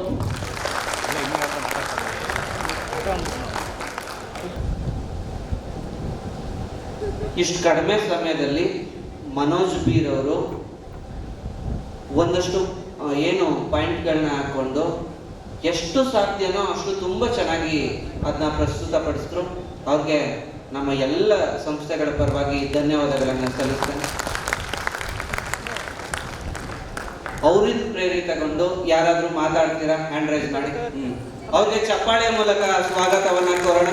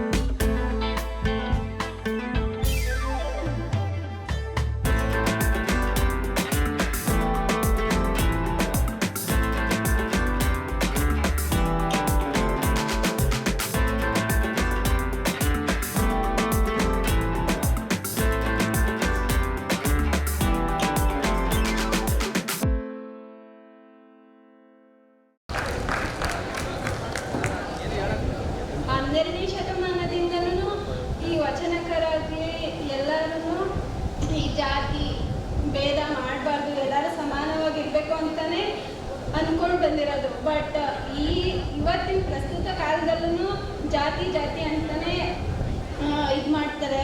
ಆದರೆ ಈ ಥರ ಮಾಡಬಾರ್ದು, ಎಲ್ಲರೂ ಸಮಾನತೆಯಿಂದ ಇರಬೇಕು ಅಂತ ನಾನು ಕೇಳ್ಕೊತೀನಿ. ಮತ್ತೆ ನಮ್ಮ ಸಂವಿಧಾನ ಅಂಬೇಡ್ಕರ್ ಸರ್ ಅವರು ಅಷ್ಟು ಚೆನ್ನಾಗಿ ಸಂವಿಧಾನ ಮಾಡಿಕೊಟ್ಟಿದ್ದಾರೆ. ಯಾವುದೇ ಜಾತಿ ಭೇದ ಮಾಡಬಾರ್ದು, ಎಲ್ಲರೂ ಸಮಾನವಾಗಿರ್ಬೇಕು ಅಂತ. ಆದರೆ ಆ ಸಂವಿಧಾನಕ್ಕೆ ಧಕ್ಕೆ ಬರೋ ಥರ ಈಗಲೂ ಜನಗಳು ನಡ್ಕೋತಾರೆ. ಆ ಥರ ಮಾಡದೆ ಎಲ್ಲರೂ ಸಮಾನವಾಗಿರ್ಬೇಕು ಅಂತ ಅನ್ಕೋತೀನಿ. ಸರ್ ಹೇಳಿದಾಗೆ ಪೀಠಿಕೆನಲ್ಲಿ ಅಷ್ಟು ಚೆನ್ನಾಗಿ ಬರೆದಿದ್ದಾರೆ, ಸಮಾನತೆ, ಸ್ವಾತಂತ್ರ್ಯ, ಭ್ರಾತೃತ್ವ ಎಲ್ಲನೂ ಇದೆ ಅಂತ. ಆದರೆ ಯಾರೂ ಅದನ್ನು ಅನುಸರಿಸಲ್ಲ. ಇನ್ನು ಮುಂದೆ ಆದರೂ ಅದನ್ನು ಅನುಸರಿಸಿ ಅಂತ ಕೇಳ್ಕೊತೀನಿ ನಾನು.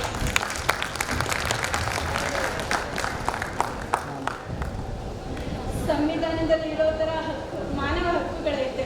ಮಾನವ ಹಕ್ಕುಗಳನ್ನ ಅವ್ರ ಹಕ್ಕುಗಳನ್ನ ಚಲಾಯಿಸೋಕ್ಕೆ ಎಲ್ಲರಿಗೂ ಹಕ್ಕಿರುತ್ತೆ. ಬಟ್ ಈಗ ಹಕ್ಕುಗಳನ್ನ ಚಲಾಯಿಸಕ್ಕೆ ಹೋದಾಗ ಯಾರಾದರೂ ಅಡ್ಡಿ ಮಾಡಿದಾಗ ಅದನ್ನ ತಪ್ಪು ಅಂತ ಇದು ಮಾಡಿ ಕಾನೂನುಗಳೆಲ್ಲ ಅಡ್ಡಿ ಮಾಡಿದವ್ರಿಗೆ ಸರಿಯಾದ ಶಿಕ್ಷೆನ ಕೊಡ್ತಾರೆ ಅಂತ ಅಂದ್ಕೊಂಡಿದ್ದೀನಿ. ಮತ್ತೆ ಈ ಕಾರ್ಯಕ್ರಮ ಮುಂದೆ ಎಲ್ಲ ಗ್ರಾಮಗಳಲ್ಲೂ ಹಳ್ಳಿಗಳಲ್ಲೂ ಸರ್ ಮಾಡ್ತಾರೆ ಅಂತ ಹೇಳಿದ್ರು. ಅದು ಮುಂದೆ ಇನ್ನೂ ವಿಸ್ತಾರವಾಗಿ ನಡೆದು ಎಲ್ಲ ಗ್ರಾಮಗಳಲ್ಲೂ ಈ ಕಾರ್ಯಕ್ರಮ ನಡಿಬೇಕು ಅಂತ ನಾನು ಆಶಿಸ್ಕೊತೀನಿ.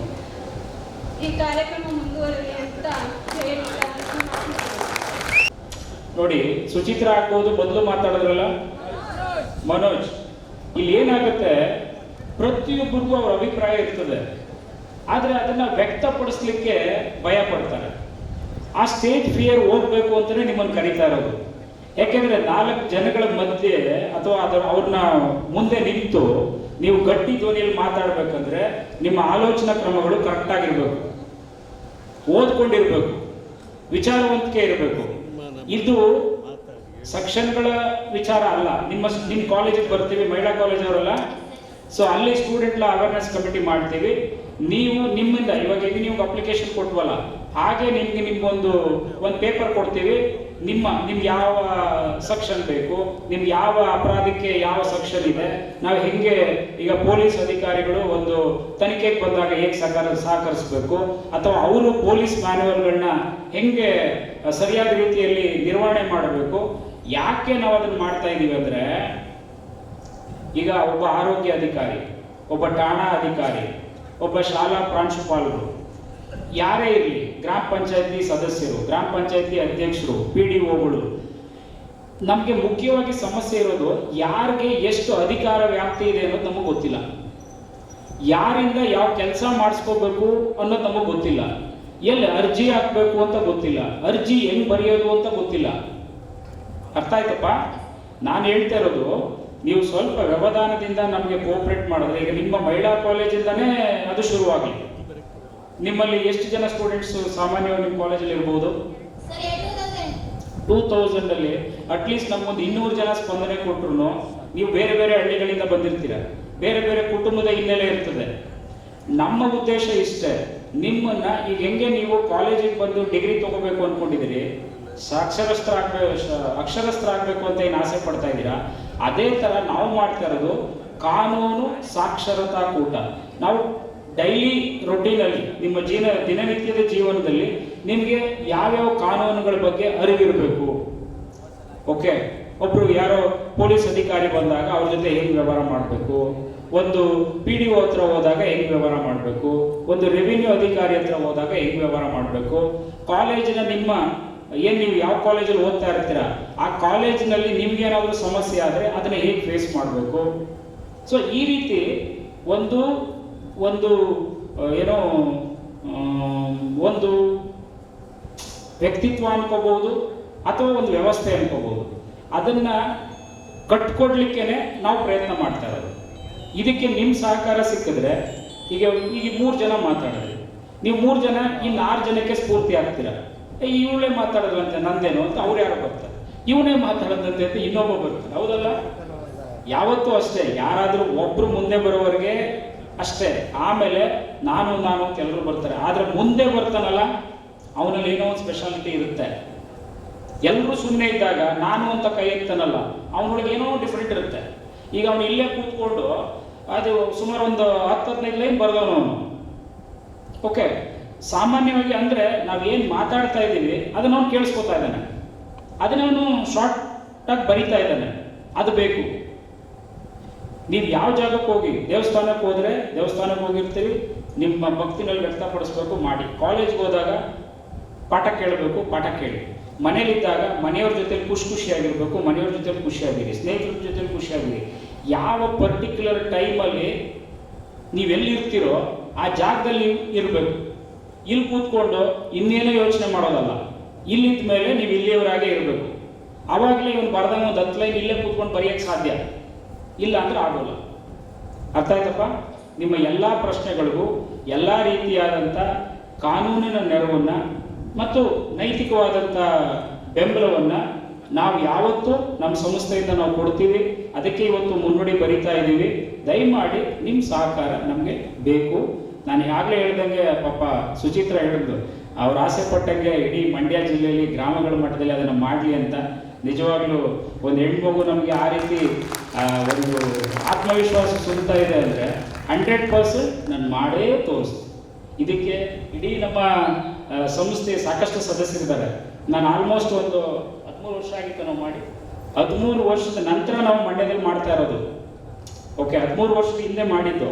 ಬಟ್ ಈಗ ನಾನು ಮಂಡ್ಯ ಜಿಲ್ಲೆಯವನೇ ಆಗಿ ಬೇರೆ ಬೇರೆ ಕಡೆ ಏನೇನೋ ಸಾಧನೆ ಮಾಡೋದು ಬೇರೆ ವಿಚಾರ. ಈಗ ನಮ್ಮದೇ ಜಿಲ್ಲೆಯಲ್ಲಿ ಇದನ್ನು ವಿಶಿಷ್ಟವಾಗಿ ಇಂಪ್ಲಿಮೆಂಟ್ ಮಾಡಬೇಕು ಅಂತ ಪಣ ತೊಟ್ಕೊಂಡು ಬಂದಿದ್ದೀನಿ. ನನಗೆ ಸ್ಟೂಡೆಂಟ್ಸ್ಗಳು ಬೆಂಬಲ ಕೊಟ್ಬಿಟ್ರೆ ಅದ್ಭುತವಾಗಿ ನಿಮ್ಮ ಊರಲ್ಲಿ ನಿಮಗೆ ಅಂದರೆ ನೀವೇ ಸಶಕ್ತರಾಗ್ತೀರ.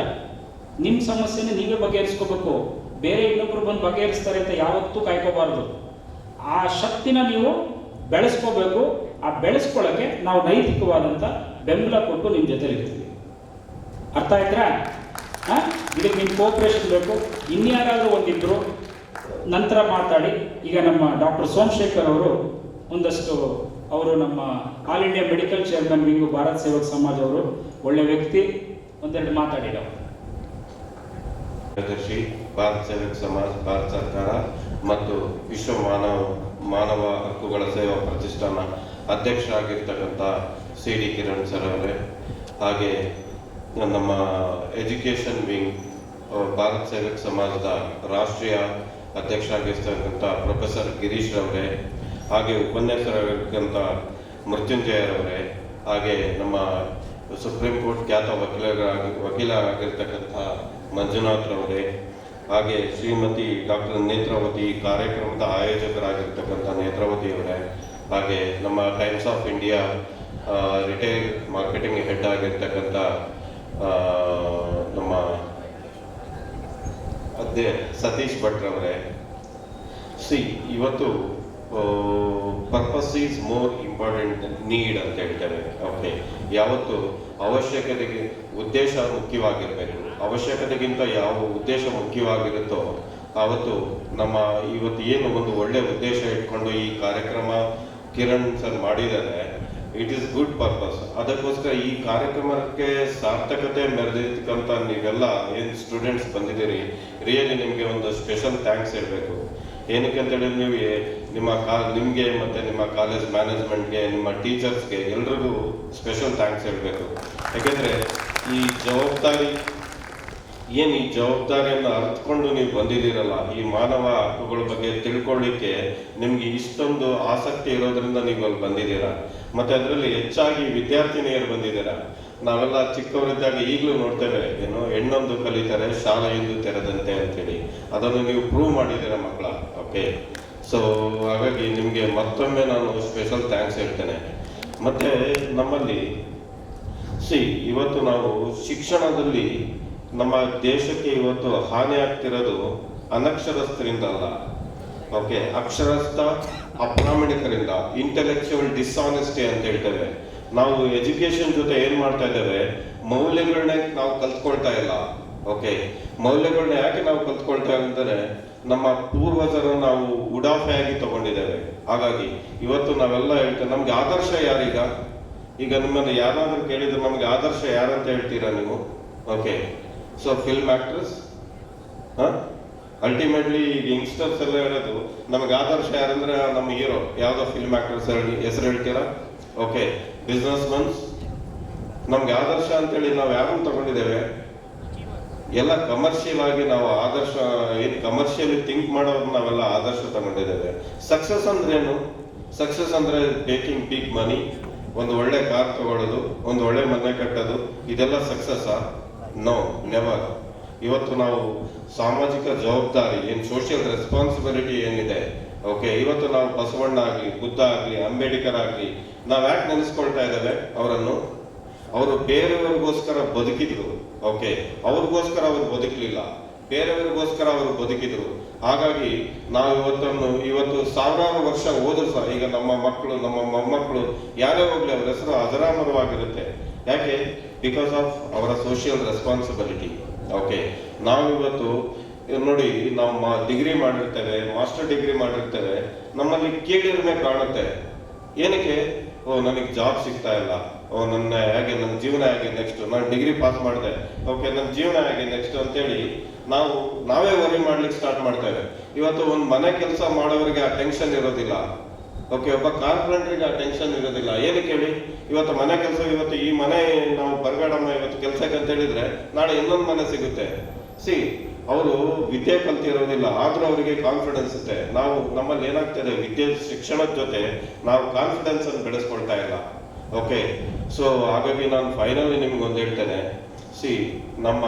ನಾವೇನು ಈ ಶಿಕ್ಷಣದ ಜೊತೆ ಪ್ರಾಮಾಣಿಕತೆಯನ್ನು ಬೆಳೆಸ್ಕೊಳ್ಳಿ.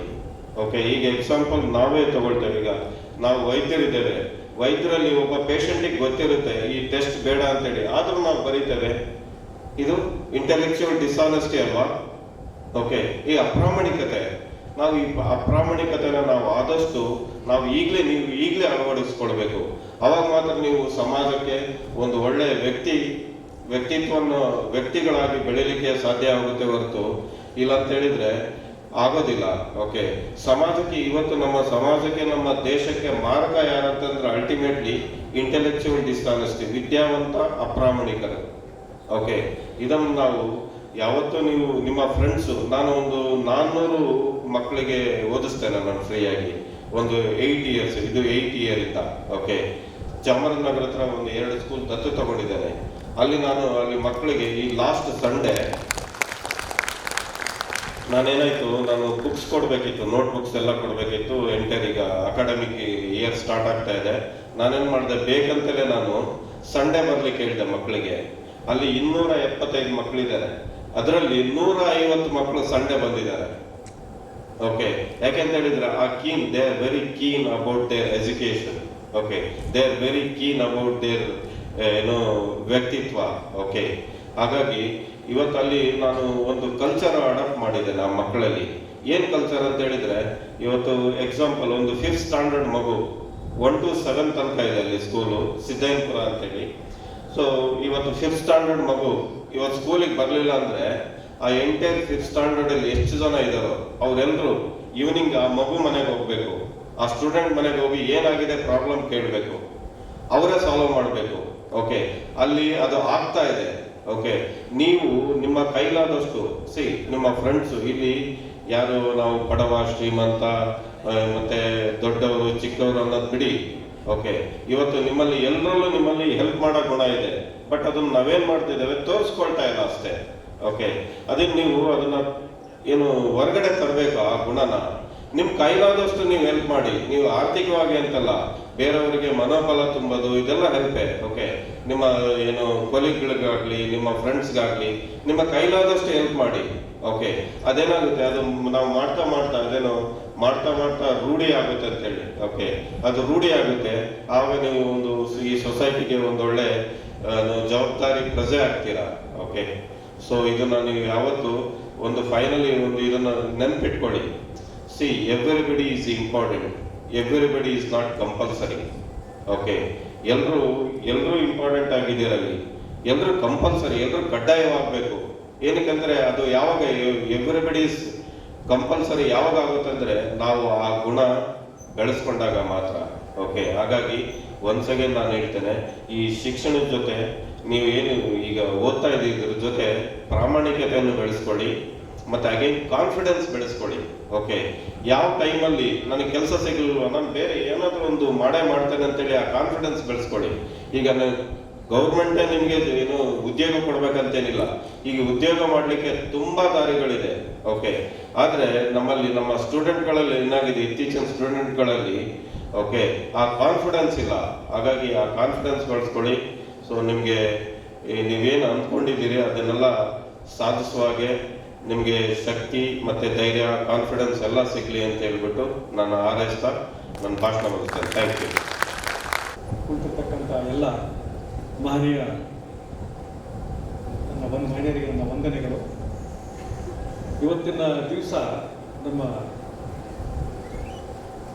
ವಿಶ್ವಮಾನವ ಹಕ್ಕುಗಳ ಸೇವಾ ಪ್ರತಿಷ್ಠಾನದ ಅಧ್ಯಕ್ಷರಾಗಿರ್ತಕ್ಕಂಥ CD ಕಿರಣ್ ಅವರು ಹೇಳಿದರು, 13 ವರ್ಷದ ಹಿಂದೆ ಮಂಡ್ಯ ಜಿಲ್ಲೆಯಲ್ಲಿ ಇದನ್ನು ಪ್ರತಿಷ್ಠಾಪನೆ ಸ್ಥಾಪನೆ ಮಾಡಿದರು. 13 ವರ್ಷದ ನಂತರ ಇವತ್ತು ಆ ಚಳವಳಿಯನ್ನ ಮಾನವ ಹಕ್ಕುಗಳ ಮಾಸ್ ಮೂವ್ಮೆಂಟ್ ಆಗಿ ತೆಗೆದುಕೊಳ್ತಕ್ಕಂಥ ಏನು ಮೊದಲ ಹೆಜ್ಜೆ ಇಟ್ಟಿದಾರಲ್ಲ, ಆ ಹೆಜ್ಜೆಯಲ್ಲಿ ನಾವೇನು ಪಾರ್ಟಿಸಿಪೇಟ್ ಮಾಡಿದೀವಿ ಇಲ್ಲಿ ನಾವು ಬಹಳ ಪುಣ್ಯವಂತರಾಗಬೇಕಾಗುತ್ತೆ. ಇವತ್ತು ಏನಿಲ್ಲಿ ನೀವು ವಿದ್ಯಾರ್ಥಿಗಳು ಬಂದು ಕೂತ್ಕೊಂಡಿದ್ದೀರಲ್ಲ, ನಮಗೆ ಬಹಳ ಅಭಿಮಾನ ಆಗ್ತದೆ. ನೀವೇ ಮುಂದೆ ದೇಶದ ಭವಿಷ್ಯ ನಿರ್ಮಾಣ ಮಾಡ್ತಕ್ಕಂಥ ಚೈತನ್ಯ ಶಕ್ತಿಗಳು ನೀವು. ನಿಮ್ಮ ಪಾರ್ಟಿಸಿಪೇಷನ್ ಈ ಮೂವ್ಮೆಂಟು ಸಕ್ಸಸ್ಫುಲ್ ಆಗಬೇಕಾದ್ರೆ ಪ್ರಾಮಾಣಿಕವಾಗತಕ್ಕಂಥ ನಿಮ್ಮ ಒಂದು ಇದರಲ್ಲಿ ಸೇರ್ಪಡೆ. ಈಗಾಗಲೇ ಒಂದು ಫಾರ್ಮ್ಯಾಟ್ ಅನ್ನು ಕೊಟ್ಟಿದೆ ಅಂತ ಕಾಣುತ್ತೆ ನಿಮಗೆಲ್ಲ ನಮ್ಮ ಸಂಸ್ಥೆಯಿಂದ. ಆ ಫಾರ್ಮ್ಯಾಟ್ಸ್ ಎಲ್ಲ ಫಿಲ್ ಅಪ್ ಮಾಡಿರಿ ಅಂತ ಕಾಣುತ್ತೆ, ನೀವು ಫಿಲ್ ಅಪ್ ಮಾಡಿ ಕೊಟ್ಟಿದ್ದೀರಾ. ಅಲ್ಲಿ ನಿಮ್ಗೆ ಅರ್ಥ ಆಗುತ್ತೆ ಅಂದ್ರೆ ಇಲ್ಲಿ ನಿಮ್ಮಲ್ಲಿ ಇರ್ತಕ್ಕಂಥ ಆಸಕ್ತಿ ತೋರಿಸ್ತಾ ಇದೆ. ಈಗಾಗಲೇ ನಮ್ಮ ಮೃತ್ಯುಂಜಯ ಪ್ರೊಫೆಸರ್ ಅವರು ಸುದೀರ್ಘವಾಗ್ತಕ್ಕಂಥ ಉಪನ್ಯಾಸದಲ್ಲಿ ಇದು ಯಾವ ರೀತಿ ಮಾನವ ಹಕ್ಕುಗಳ ಹೆಂಗೆ ಬೆಳೀತು, the evolution of human rights. It starts from 1250 in Magna Carta of the London as human rights. Then it becomes the Article 3 under the Universal Human Declaration of Rights of the United National Organization. ಅದು ಇವತ್ತು ನಮ್ಮ ಸಂವಿಧಾನದಲ್ಲಿ part 3 and part 4 ನಲ್ಲಿ ಬಂದಿದೆ. ಅದ್ರ ಬಗ್ಗೆ ಏನೇನು ಅಂತಕ್ಕಂಥ ಡ್ಯೂಟೀಸ್ ಏನು ಸರ್ಕಾರದ್ದು, ನಮ್ಮ ಪ್ರಜೆಗಳ ಹಕ್ಕುಗಳೇನು, ಅದನ್ನು ಸವಿಸ್ತಾರವಾಗಿ ಮೃತ್ಯುಂಜಯವರು ನಿಮ್ಮ ಮುಂದೆ ನಿರೂಪಿಸಿದರು. ಸಾಮಾನ್ಯವಾಗಿ ಪೊಲಿಟಿಕಲ್ ಸೈನ್ಸ್ ವಿದ್ಯಾರ್ಥಿಗಳು ಹೆಚ್ಚಾಗಿ ಚೆನ್ನಾಗಿ ಗೊತ್ತಿರುತ್ತೆ, ಅವೇರ್ನೆಸ್ ಇರುತ್ತೆ. Apart from that political student ಬೇರೆ ಎಲ್ಲ ವಿದ್ಯಾರ್ಥಿಗಳು ಇದ್ದೀರಾ, ನಿಮಗೂ ಒಂದು ಅವೇರ್ನೆಸ್ ಕ್ರಿಯೇಟ್ ಮಾಡಲಿ ಅಂತಕ್ಕಂಥ ಈ ಒಂದು ಯೋಜನೆಯನ್ನು ಹಾಕೊಂಡಿದ್ದಾರೆ. ಇಲ್ಲಿ ಮಾನವೀಯ ಹಕ್ಕುಗಳ ಏನು ಹೇಳ್ತಾರೆ ಇಲ್ಲಿ, ಮಾನವ ಜಾತಿಗಿಂತ ಮಾನವೀಯತೆ ದೊಡ್ಡದು. That is the basic principal.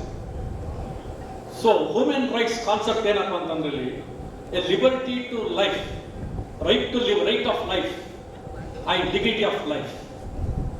Ravindranath Tagore ಹೇಳ್ತಾ ಇದ್ರು, ವಾಟ್ ಈಸ್ ದ ಲಿಬರ್ಟಿ ಅಂತ ಹೇಳಿ, where I can raise my head above the slavery and the fear. ಎಲ್ಲಿ ನನ್ನ ತಲೆಯನ್ನು ನಾನು ಗೌರವವಾಗಿ ನಾನು ಗುಲಾಮತನದಿಂದ ಭಯದಿಂದ ಎತ್ತಿ ನಿಂತು ನಿಲ್ತೇನೋ, ದಟ್ ಇಸ್ ಕಾಲ್ಡ್ ಲಿಬರ್ಟಿ ಅಂತ. ಬಟ್ ಸ್ವಾತಂತ್ರ್ಯ, ಲಿಬರ್ಟಿ ಅಂದ್ರೆ ಸ್ವೇಚ್ಛಾಚಾರ ಇಲ್ಲ. ಇದಕ್ಕೆ ಆಗ್ತಕ್ಕಂಥ ಒಂದು ಫ್ರೇಮ್ವರ್ಕ್ ಇದೆ, ಇದಕ್ಕೆ ಆಗ್ತಕ್ಕಂಥ ನಮ್ಮ ಡ್ಯೂಟೀಸ್ಗಳಿದೆ. ಈಗ ನಮ್ಮ ಕಾನ್ಸ್ಟಿಟ್ಯೂಷನ್ ಆಫ್ ಇಂಡಿಯಾ ಇದೆಯಲ್ಲ, ಅದೇ ನಮ್ಮ ದೇಶಕ್ಕೆ ಧರ್ಮ ಇದ್ದಂಗೆ. ಸೊ ನಮ್ಮ ಆ ಕಾನ್ಸ್ಟಿಟ್ಯೂಷನ್ ಫ್ರೇಮ್ವರ್ಕ್ ಇರ್ತಕ್ಕಂಥ ಸಂಸ್ಥೆಗಳನ್ನ ಸರಿಯಾಗಿ ಬೆಳೆಸಿಕೊಂಡು ಉಳಿಸ್ಕೊಂಡು ಹೋಗತಕ್ಕಂಥ ಕರ್ತವ್ಯ ನಮ್ದಾಗಿರ್ತದೆ. ಅನೇಕ ರೀತಿಯಾಗತಕ್ಕಂಥ ಸವಾಲುಗಳು ಇದೆ. ಎಲ್ಲ ಸವಾಲುಗಳನ್ನು ಮೀರಿ ನಾವು ಒಂದು ಹಂತಕ್ಕೆ ಬಂದು ನಿಂತ್ಕೊಂಡಿದ್ದೀವಿ ಇಲ್ಲಿ. ಆದ್ರೂ ಸಹ ಕೆಲವೊಂದು ಏನಾಗುತ್ತೆ, ಅವ್ಯವಸ್ಥೆಗಳು ಕಂಡು ಬರುತ್ತೆ. ಆದರೆ ಒಂದೇ ಸಲ ಅವ್ಯವಸ್ಥೆಗಳನ್ನ ನಿರ್ಮೂಲನೆ ಮಾಡೋಕ್ಕಾಗಲ್ಲ, ಹಂತ ಹೋಗ್ತಾ ಇರುತ್ತೆ. ಯಾವಾಗ ಎಷ್ಟು ಅವೇರ್ನೆಸ್ ಎಜುಕೇಶನ್ ನಮ್ಮ ಜನರಲ್ಲಿ ಬೆಳೀತಿರುತ್ತೆ, ಆವಾಗ ಸಮಸ್ಯೆಗಳು ಕಡಿಮೆ ಆಗ್ತಾ ಹೋಗುತ್ತೆ. ಸೊ ಇವತ್ತಿನ ಒಂದು ಕಾರ್ಯಕ್ರಮ ಏನು ನಮ್ಮ ಕಿರಣ್ ಅವರು ಭಾರತ ಸೇವಕ ಸಮಾಜ, ಭಾರತ ಸರ್ಕಾರದ ಒಂದು ಸಹಯೋಗದೊಂದಿಗೆ, ರಾಷ್ಟ್ರೀಯ ಸೇವಾ ಯೋಜನೆ ಮಂಡ್ಯ ವಿಶ್ವವಿದ್ಯಾಲಯ ಸಹಯೋಗದೊಂದಿಗೆ, ಹಾಗೆ ಇಲ್ಲಿ ಮಂಡ್ಯ ಯೂನಿವರ್ಸಿಟಿಯ ರಾಷ್ಟ್ರೀಯ ಸೇವಾ ಯೋಜನೆ ಆ ಅಡಿಯಲ್ಲಿ ಸಹಯೋಗದಿಂದ ಏನು ಇವತ್ತು ಕಾರ್ಯಕ್ರಮ ನಿರೂಪಿಸಿದ್ದಾರೆ. ಈ ಕಾರ್ಯಕ್ರಮ ಯಶಸ್ವಿ ಆಗಬೇಕು. ಆ ಯಶಸ್ವಿ ಆಗುವ ದಿಕ್ಕಿನಲ್ಲಿ ನಿಮ್ಮೆಲ್ಲರ ಒಂದು ಪಾರ್ಟಿಸಿಪೇಷನ್ ಬೇಕಾಗುತ್ತೆ. ಇದರಲ್ಲಿ ಅವರ ಒಂದು ಅನುಮತಿಯಿಂದ ನಾ ಏನೊಂದು ಒಂದು ಸಣ್ಣ ಒಂದು ಸಲಹೆ ಕೊಡ್ತೇನೆ ಅಂದರೆ, ಈ ಮೂಮೆಂಟ್ ಇವತ್ತು ಸ್ಟಾರ್ಟ್ ಆಗಿದೆ, ಅದು ಜನತಾ ಚಳವಳಿ, ದಟ್ಸ್ ಕಾಲ್ಡ್ ಮಾಸ್ ಮೂವ್ಮೆಂಟ್ ಅಂತ ಹೇಳಿ. The first advocate for the women rights the Acharya Vinoba Bhave. He started Godan movement as a mass movement. ಅದೇ ರೀತಿ ಇದರಲ್ಲಿ ಇವತ್ತು ನಮ್ಮ ವಿಶ್ವಮಾನ ಹಕ್ಕುಗಳ ಸೇವಾ ಪ್ರತಿಷ್ಠಾನ ಇದನ್ನು ಮಾಸ್ ಚಳವಳಿಗೆ ತಗೊಂಬರೋಕ್ಕೆ ಇವತ್ತಿನ ಒಂದು ಹೆಜ್ಜೆ ಇಟ್ಟಿದೆ. ಈ ಹೆಜ್ಜೆಯಲ್ಲಿ ನಾವು ಅವರ ಜೊತೆಗೆ ಹೆಜ್ಜೆ ಹಾಕೋಣ, ಹಾಗೆ ಈ ಚಳವಳಿಯನ್ನು ಸಂಪೂರ್ಣ ಯಶಸ್ವಿಯನ್ನಾಗಿ ಮಾಡೋಣ. ಅದಕ್ಕೆ ಮಂಡ್ಯ ಜಿಲ್ಲೆನೇ ದೊಡ್ಡ ಉದಾಹರಣೆ ನಿಲ್ಲಬೇಕು. ನಿಮ್ಮ ಜಿಲ್ಲೆ ಇಡೀ ರಾಜ್ಯದಲ್ಲಿ ಬೇರೆ ಜಿಲ್ಲೆಗಳಿಗೆ ಮಾದರಿ ಆಗಬೇಕು. ಅವ್ರು ಹೇಳಿದ್ದಾರೆ, ಒಂದು ರೂರಲ್ ಕಾರ್ಯಕ್ರಮ ಹೇಳಿದ್ದಾರೆ, ವಿಲೇಜ್ ಲಾಸ್ ಅವೇರ್ನೆಸ್ ಕ್ರಿಯೇಷನ್ ಅಂತ ಹೇಳಿ ಅದಕ್ಕೊಂದು ಕಮಿಟಿ ಮಾಡ್ತಿದ್ದಾರೆ.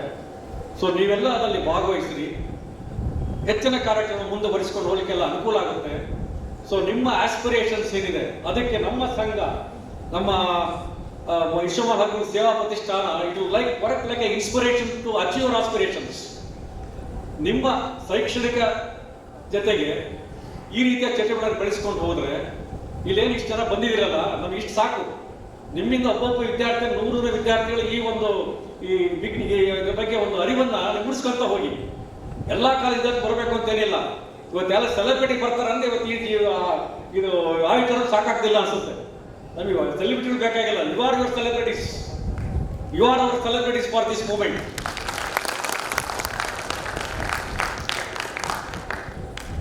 ಹೆಚ್ಚು ಸಮಯ ತಗೊಳ್ಳೋದಿಲ್ಲ. ಈಗಾಗಲೇ ನಮ್ಮ ಇತರೆ ಅತಿಥಿಗಳು ಸಾಕಷ್ಟು ಮಾಡಿದ್ದಾರೆ. ನಮಗೆ ಮುಖ್ಯವಾಗಿದೆ ಅಂದರೆ ಇನ್ನೂ ನಿಮ್ಮ ಸಂವಾದ ಕಂಟಿನ್ಯೂ ಆಗಬೇಕೀಗ. ನಿಮ್ಮ ಆಸ್ಪಿರೇಷನ್ಸ್ನ ನಿರ್ಭಯವಾಗಿ ಬಂದು ಈ ವೇದಿಕೆಯಲ್ಲಿ ಹೇಳಿ.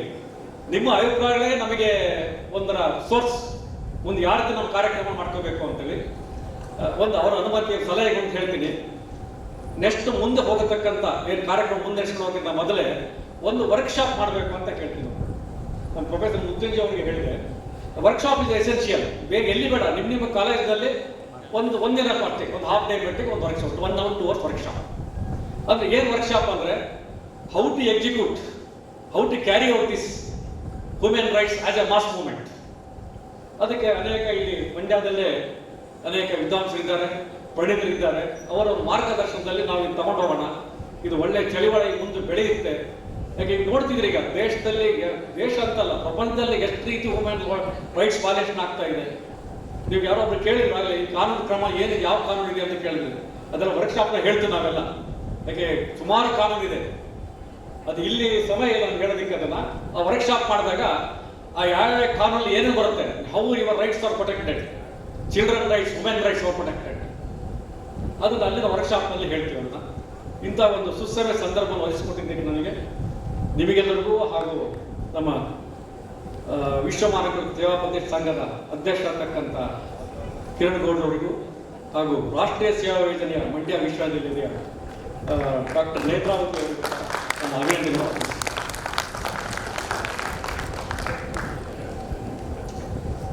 ಈ ಒಂದು ಕಾರ್ಯಕ್ರಮ ಒಂದು ಚಳುವಳಿಯಾಗಿ ಮಂಡ್ಯ ಜಿಲ್ಲೆ ಇಡೀ ಕರ್ನಾಟಕ ಹಾಗೂ ದೇಶದಲ್ಲಿ ಒಂದು ಮಾದರಿಯಾಗಿ ನಿಲ್ಲಬೇಕು ಅಂತ ಒಂದು ಸಲಹೆಯನ್ನ ನೀಡಿದಂತಹ, ಮಾತನಾಡಿದಂತಹ ಖ್ಯಾತ ವಕೀಲರಾದಂತಹ ಶ್ರೀಯುತ ಎಂ ಮಂಜುನಾಥ್ ರವರಿಗೆ ನಾನು ಧನ್ಯವಾದಗಳನ್ನ ಕೋರ್ತೇನೆ. ನನ್ನ ಪ್ರೀತಿಯ ವಿದ್ಯಾರ್ಥಿನಿಯರಿಗೂ ಈ ಕಾರ್ಯಕ್ರಮಕ್ಕೆ ಬಂದಿದ್ದಕ್ಕಾಗಿ ವಂದನೆಗಳು. ಯಾಕಂದ್ರೆ ಒಂದು ಕಾರ್ಯಕ್ರಮವನ್ನ ಸಂಘಟನಾತ್ಮಕವಾಗಿ ರಚನೆ ಮಾಡಬೇಕು ಅಂದ್ರೆ ಅದರ ಹಿಂದಿನ ಕಾರ್ಯತತ್ಪರತೆ ಎಷ್ಟಿದೆ ಅನ್ನುವಂಥದ್ದು ನಮಗೆ ಗೊತ್ತಿದೆ. ಒಬ್ಬ NSS ಆಫೀಸರ್ ಆಗಿ ಕೆಲಸ ನಿರ್ವಹಿಸೋದ್ರ ಜೊತೆಗೆ ಕಾರ್ಯಕ್ರಮ ಸಂಯೋಜನಾಧಿಕಾರಿಯಾಗಿ ಕಾರ್ಯನಿರ್ವಹಿಸೋದ್ರವರೆಗೂ ವಿದ್ಯಾರ್ಥಿಗಳನ್ನ ಸಂಘಟಿಸಿ ಅವರುಗಳಿಗೆ ಒಂದಷ್ಟು ವಿಷಯಗಳನ್ನ, ಜನಾಂದೋಲನವನ್ನ ಕೊಡುವಂತದ್ರಲ್ಲಿ ಪ್ರತಿ ಹಂತದಲ್ಲೂ ನಾನು ಎದುರುಕೊಂಡೇನೆ ಕೆಲಸವನ್ನ ನಿರ್ವಹಿಸಿದ್ದೀನಿ. ಅಂತ ಕೆಲಸವನ್ನ ಕಿರಣ್ ಸರ್ ಒಂದೂವರೆ ತಿಂಗಳಿಂದನೂ ಸಹ ಮಾಡಿದ್ದಾರೆ. ಬೆಂಬಿಡದೆ, ಮೇಡಮ್ ನೀವು ವಿದ್ಯಾರ್ಥಿಗಳಿಗೆ ಹೇಳಬೇಕು, ನಿಮ್ಮ ಮಂಡ್ಯ ವಿಶ್ವವಿದ್ಯಾಲಯದ ಅಂಡರಿಗೆ ಬರುವಂತಹ ಅಷ್ಟು ಕಾಲೇಜುಗಳಿಗೆ ವಿಷಯವನ್ನು ಮುಟ್ಟಿಸ್ಬೇಕು. ಇದೊಂದು ಜನಾಂದೋಲನವಾದಂತಹ ಕಾರ್ಯಕ್ರಮ. ಮಾನವ ಹಕ್ಕುಗಳ ಬಗ್ಗೆ ಗೊತ್ತಿದ್ದೂ ಸಹ ಅದನ್ನ ಹೇಗೆ ನಾವು ನಡ್ಸ್ಕೊಂಡು ಹೋಗ್ಬೇಕು ಅನ್ನುವಂಥ ಅರಿವು ನಮ್ಮ ವಿದ್ಯಾರ್ಥಿಗಳಲ್ಲಿಲ್ಲ. ಅಂತ ಅರಿವನ್ನು ಮೂಡಿಸುವಂತ ಕಾರ್ಯಕ್ರಮವನ್ನ ತಾಲೂಕು ಮಟ್ಟದಲ್ಲಿ, ಜಿಲ್ಲಾ ಮಟ್ಟದಲ್ಲಿ ರಾಜ್ಯ ಮಟ್ಟದಲ್ಲಿ ನಾವು ಹಮ್ಮಿಕೊಳ್ತಾ ಇದ್ದೇವೆ. ಇದು ಒಂದು ಇನಾಗರಲ್ ರೀತಿಯಲ್ಲಿ ನಾವು ಮಾಡ್ತಾ ಇದ್ದೇವೆ ಅಂತ ಹೇಳಿ ಕೇಳ್ಕೊಂಡಾಗ ಒಂದಷ್ಟು ದಿನ ಸರ್ ವಿದ್ಯಾರ್ಥಿಗಳು ಸಿಗೋದಿಲ್ಲ, ಕೋಡ್ ಆಫ್ ಕಂಡಕ್ಟ್ ಇದೆ, ಇಂಥ ಎಲ್ಲ ರೀಸನ್ಸ್ಗಳನ್ನ ನಡುವೆಯೂ ಸಹ ನಮ್ಮ VC ಅವರು, ರಿಜಿಸ್ಟ್ರಾರ್ ಅಡ್ಮಿನ್ ಅವರು ಒಂದಷ್ಟು ಅವಕಾಶಗಳನ್ನ ಮಾಡಿಕೊಡಿ, ಏನು ಸಾಧ್ಯತೆ ಇದೆಯೋ ಅದೆಲ್ಲ ಅವಕಾಶಗಳನ್ನ ಮಾಡಿಕೊಡಿ ಅಂತ ಕೇಳಿದ್ರು. ಅದು ನಿಜಕ್ಕೂ ಈಗ ಸಾರ್ಥಕ ಅಂತ ಅನ್ಕೋತೀನಿ. ನಮ್ಮ ವಿಶ್ವವಿದ್ಯಾನಿಲಯವನ್ನ ಪ್ರತಿನಿಧಿಸಿದಂಥ ಇಷ್ಟು ವಿದ್ಯಾರ್ಥಿಗಳು ಕಲೆ ಹಾಕಿದ್ದೀವಿ ನಾವು. ಮಕ್ಕಳ ನಿಮ್ಮಲ್ಲಿ ಕೇಳ್ಕೊಳ್ಳೋದಿಷ್ಟೇ, ನಾವು ಹಿರಿಯರು ಏನೇನು ಇದ್ದಾರೋ ಅವರೆಲ್ಲರೂ ಒಂದೊಳ್ಳೆ ಮಾರ್ಗದರ್ಶನವನ್ನ ನೀಡುವಂತಹ ಕಾರ್ಯಕ್ರಮಗಳನ್ನ ಆಯೋಜಿಸ್ತಾರೆ. ಅಂತ ಕಾರ್ಯಕ್ರಮಕ್ಕೆ ನಮ್ಗೆ ಒಂದು ಅಳಲು ಏನಂದ್ರೆ ವಿದ್ಯಾರ್ಥಿಗಳನ್ನ ಕರೆತರೋದು, ಅವ್ರಿಗೊಂದು ವಿಷಯವನ್ನ ಮುಟ್ಟಿಸುವಂಥದ್ದು ಇದೆಯಲ್ಲ, ಅದು ದೊಡ್ಡ ಒಂದು ಸವಾಲೇ ಸರಿ. ಯಾಕೆಂದ್ರೆ ಒಳ್ಳೇದನ್ನ ಹೇಳ್ತೀವಿ ಬನ್ರಪ್ಪ ಅಂತ ಕೇಳಿದ್ರೆ ಬರುವಂತ ವಿದ್ಯಾರ್ಥಿಗಳಿಲ್ಲ ಇವತ್ತಿನ ದಿನದಲ್ಲಿ. ಇಲ್ಲ ಒಂದೇನೋ ಸಿನಿಮಾ ಇದೆ, ಒಬ್ಬ ನಟ ಬರ್ತಾನೆ, ಇನ್ನೊಬ್ಬ ಏನೋ ಮಾಡ್ತಾರೆ ಅಂದಾಗ ಮುಗಿಬಿದ್ದು ಅಲ್ಲಿ ಹೋಗಿ ನಿಂತಿರ್ತೀವಿ. ಒಂದು ಥಿಯೇಟರ್ ಮುಂದೆ ಒಬ್ಬ ಸಿನಿಮಾ ನಟ ಬರ್ತಾನೆ ಅಂದ್ರೆ ನಾವು ಕಾಯ್ಕೊಂಡು ನಿಂತಿರ್ತೀವಿ. ಇಂಥ ಕಾರ್ಯಕ್ರಮಕ್ಕೆ ಒಬ್ರು ಜಡ್ಜ್ ಬಂದು ಒಂದು ವಿಷಯ ಹೇಳ್ತಾರೆ, ಇನ್ನೊಬ್ರು ಮಿಲಿಟರಿ ವ್ಯವಸ್ಥೆಯವರು ಮತ್ತೊಂದ್ರದ್ದು ಎಲ್ಲ ಕಾರ್ಯಕ್ರಮಗಳನ್ನ ಹಮ್ಮಿಕೊಳ್ತೀವಿ ಅಂದಾಗ ಬರುವಂತ ವ್ಯವಸ್ಥೆಯನ್ನ ನಾವೆಷ್ಟು ಸುಸಜ್ಜಿತವಾಗಿ ಮಾಡಿದ್ದೀವಿ. ನನ್ನ ವಿದ್ಯಾರ್ಥಿಗಳು, ಮಂಡ್ಯ ವಿಶ್ವವಿದ್ಯಾಲಯದ ವಿದ್ಯಾರ್ಥಿಗಳಿಗೆ ನಿಮಗೆ ಮಾರ್ಕ್ಸ್ ಬೇಕು ಅಂತ ಹೇಳಿದ್ರೆ, ಜಾಸ್ತಿ ಮಾರ್ಕ್ಸ್ ಬೇಕು ಅಂತ ಹೇಳಿದ್ರೆ ಈ ಕಾರ್ಯಕ್ರಮವನ್ನು ಅಟೆಂಡ್ ಮಾಡಿ ಅಂತ ಈಗ ಅನ್ಕೋತಾರೆ ಅವರು. ನಮ್ಮ ಮೇಡಮು ಇಲ್ಲಿ ಕರ್ಕೊಂಡ್ ಬಂದಿರೋದಕ್ಕಾದ್ರೂ ಒಂದಷ್ಟು ವಿಷಯಗಳನ್ನ ನಾವು ಅರ್ಥ ಮಾಡ್ಕೊಂಡ್ವಿ ಅಂತ. ಇಲ್ಲಿರುವಂತ ಪ್ರತಿಯೊಂದು ವಿದ್ಯಾರ್ಥಿನೂ ಮಾನವ ಹಕ್ಕುಗಳ ಬಗ್ಗೆ, ಜಾತಿ ವ್ಯವಸ್ಥೆ ಬಿಟ್ಬಿಡಿ, ಕಾಲದಿಂದ ಕಾಲಕ್ಕೂ ಅದನ್ನೇ ನಾವು ಮಾತಾಡ್ಕೊಳ್ತಾ ಬರ್ತಿದ್ದೇವೆ. ಆ ಜಾತಿ ವ್ಯವಸ್ಥೆಯನ್ನ ಮೀರಿ ಇವತ್ತೊಂದು ದಿನ ನಮ್ಮ ಜನ ಅಂದ್ರೆ ಯುವ ಜನ ಮುಂದುವರಿತಾ ಇದೆ. ಆ ಯುವ ಜನವನ್ನ ಒಂದು ಈ ಜಾತಿ ವ್ಯವಸ್ಥೆಯನ್ನ ಮಾತಾಡ್ದೇನೆ ಇದ್ರೇನೆ ಮುಂದುವರಿತಾರೆ ಅನ್ನೋಂಥದ್ದು ನನ್ನ ಭಾವನೆ. ಈ ವ್ಯವಸ್ಥೆಯನ್ನ ಮಾತಾಡಲೇಬಾರ್ದು ಅನ್ನೋಂಥದ್ದು ನನ್ನ ಭಾವನೆ. ಅದರ ಬದಲಿಗೆ ಹಕ್ಕುಗಳು ಏನೇನಿದೆ ನಮ್ಮ ಸಮಾಜದಲ್ಲಿ, ಒಬ್ರಿಗೆ ಏನೋ ಅನ್ಯಾಯ ಆಗ್ತಿದೆ ಅದನ್ನ ಕೇಳೋದಕ್ಕೆ ಅವ್ನು ಮಾತ್ರ ಅರ್ಹ ಅನ್ನುವಂಥದ್ದನ್ನ ಬಿಟ್ಟು ಅವನ ಪರವಾಗಿ ನಿಂತು ಮಾತನಾಡುವಂತಹ ಜವಾಬ್ದಾರಿಯನ್ನ ನಾವು ಕಲಿಬೇಕಾಗಿದೆ. ಅಂತ ಹಕ್ಕುಗಳನ್ನ ನಾವು ರೂಢಿಸ್ಬೇಕಾಗಿದೆ. ಮಾನವೀಯ ಹಕ್ಕುಗಳನ್ನ ನಾವು ಯಾವತ್ತೂ ರೂಢಿಸ್ತೇವೆಯೋ ಆಗ ನಾವು ಬದುಕಲಿಕ್ಕೆ ಯೋಗ್ಯರು. ಇಡೀ ಸಕಲ ಜೀವ ರಾಶಿಗಳು ಯಾರ ಬಗ್ಗೆನೂ ಯಾರು ಹಕ್ಕುಗಳನ್ನ ಕೇಳ್ತಾ ಇಲ್ಲ. ಇವತ್ತು ಮನುಷ್ಯ ಮಾತ್ರ ಮನುಷ್ಯನ ಬಗ್ಗೆ ಹಕ್ಕುಗಳನ್ನ ಕೇಳ್ತಾ ಇದೀವಿ. ಅನ್ಯಾಯ ಮಾಡದೆ, ಅತ್ಯಾಚಾರ ಮಾಡದೆ, ಬೇರೆಯವ್ರನ್ನ ನೋಯಿಸದೆ ಬದುಕ್ತೀವಲ್ಲ, ಅದು ನಿಜವಾದ ಮಾನವೀಯ ಹಕ್ಕುಗಳು. ಹಾಗಾಗಿ ಇಂತಹ ಒಂದು ಧೋರಣೆಗಳನ್ನ ಒತ್ತು ಮುನ್ನಡೆಸೋದಕ್ಕೆ ನೀವು ಕಾರ್ಯಪ್ರವೃತ್ತರಾಗಿದ್ದೀರಾ ಸರ್. ಪ್ರತಿ ಒಂದು ಜಿಲ್ಲೆನಲ್ಲಿ, ತಾಲೂಕಿನಲ್ಲಿ ಇದನ್ನ ರಚನೆ ಮಾಡಿ ಮುಂದುವರಿಸಿ ನಮ್ಮಿಷ್ಟು ವಿದ್ಯಾರ್ಥಿಗಳು ನಿಮ್ಮ ಕೈ ಜೋಡಿಸ್ತಾರೆ ಅಂತ ನಾನು ನಿಮ್ಮ ಪರವಾಗಿ ಅವರಿಗೆ ಆಶ್ವಾಸನೆ ಕೊಡ್ತಾ ಇಂಥ ಕೆಲಸಗಳನ್ನ ಮುಂದುವರಿಸಿ ಅಂತ ಹೇಳ್ತಾ ಅವಕಾಶಕ್ಕಾಗಿ ಧನ್ಯವಾದ.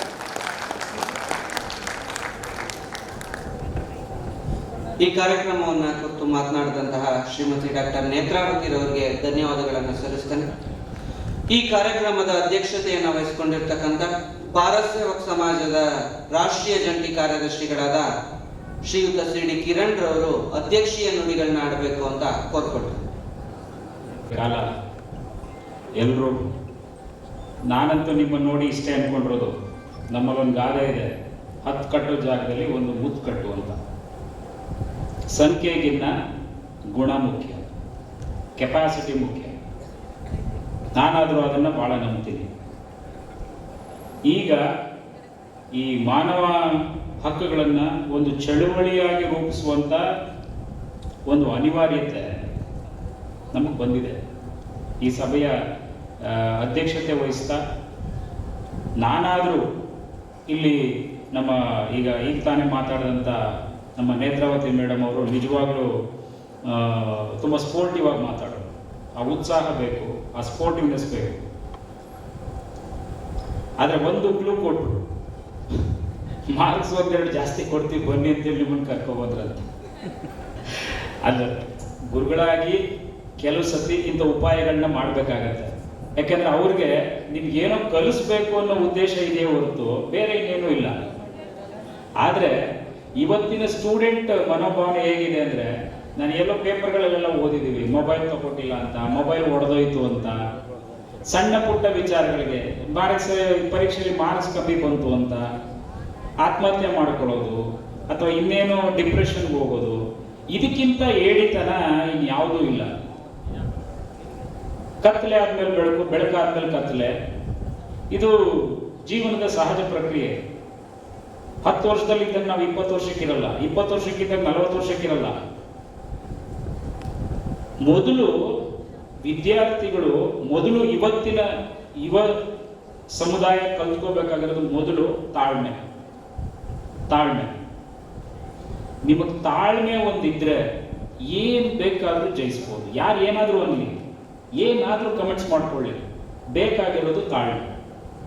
ನೀವು ಎಷ್ಟು ತಾಳ್ಮೆಯನ್ನ ಬೆಳೆಸ್ಕೋತಿರೋ, ಆದ್ರೆ ಅದು ಏಡಿತನ ಆಗಬಾರ್ದು. ತಾಳ್ಮೆಗೂ ಏಡಿತನಕ್ಕೂ ವ್ಯತ್ಯಾಸ ಇದೆ. ತಾಳ್ಮೆನೇ ಬೇರೆ, ಏಡಿತನನೇ ಬೇರೆ.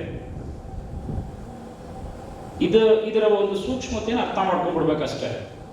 ಹಂಚಬಾರದು, ಧೈರ್ಯವಾಗಿ ಮುನ್ನಡಿಬೇಕು.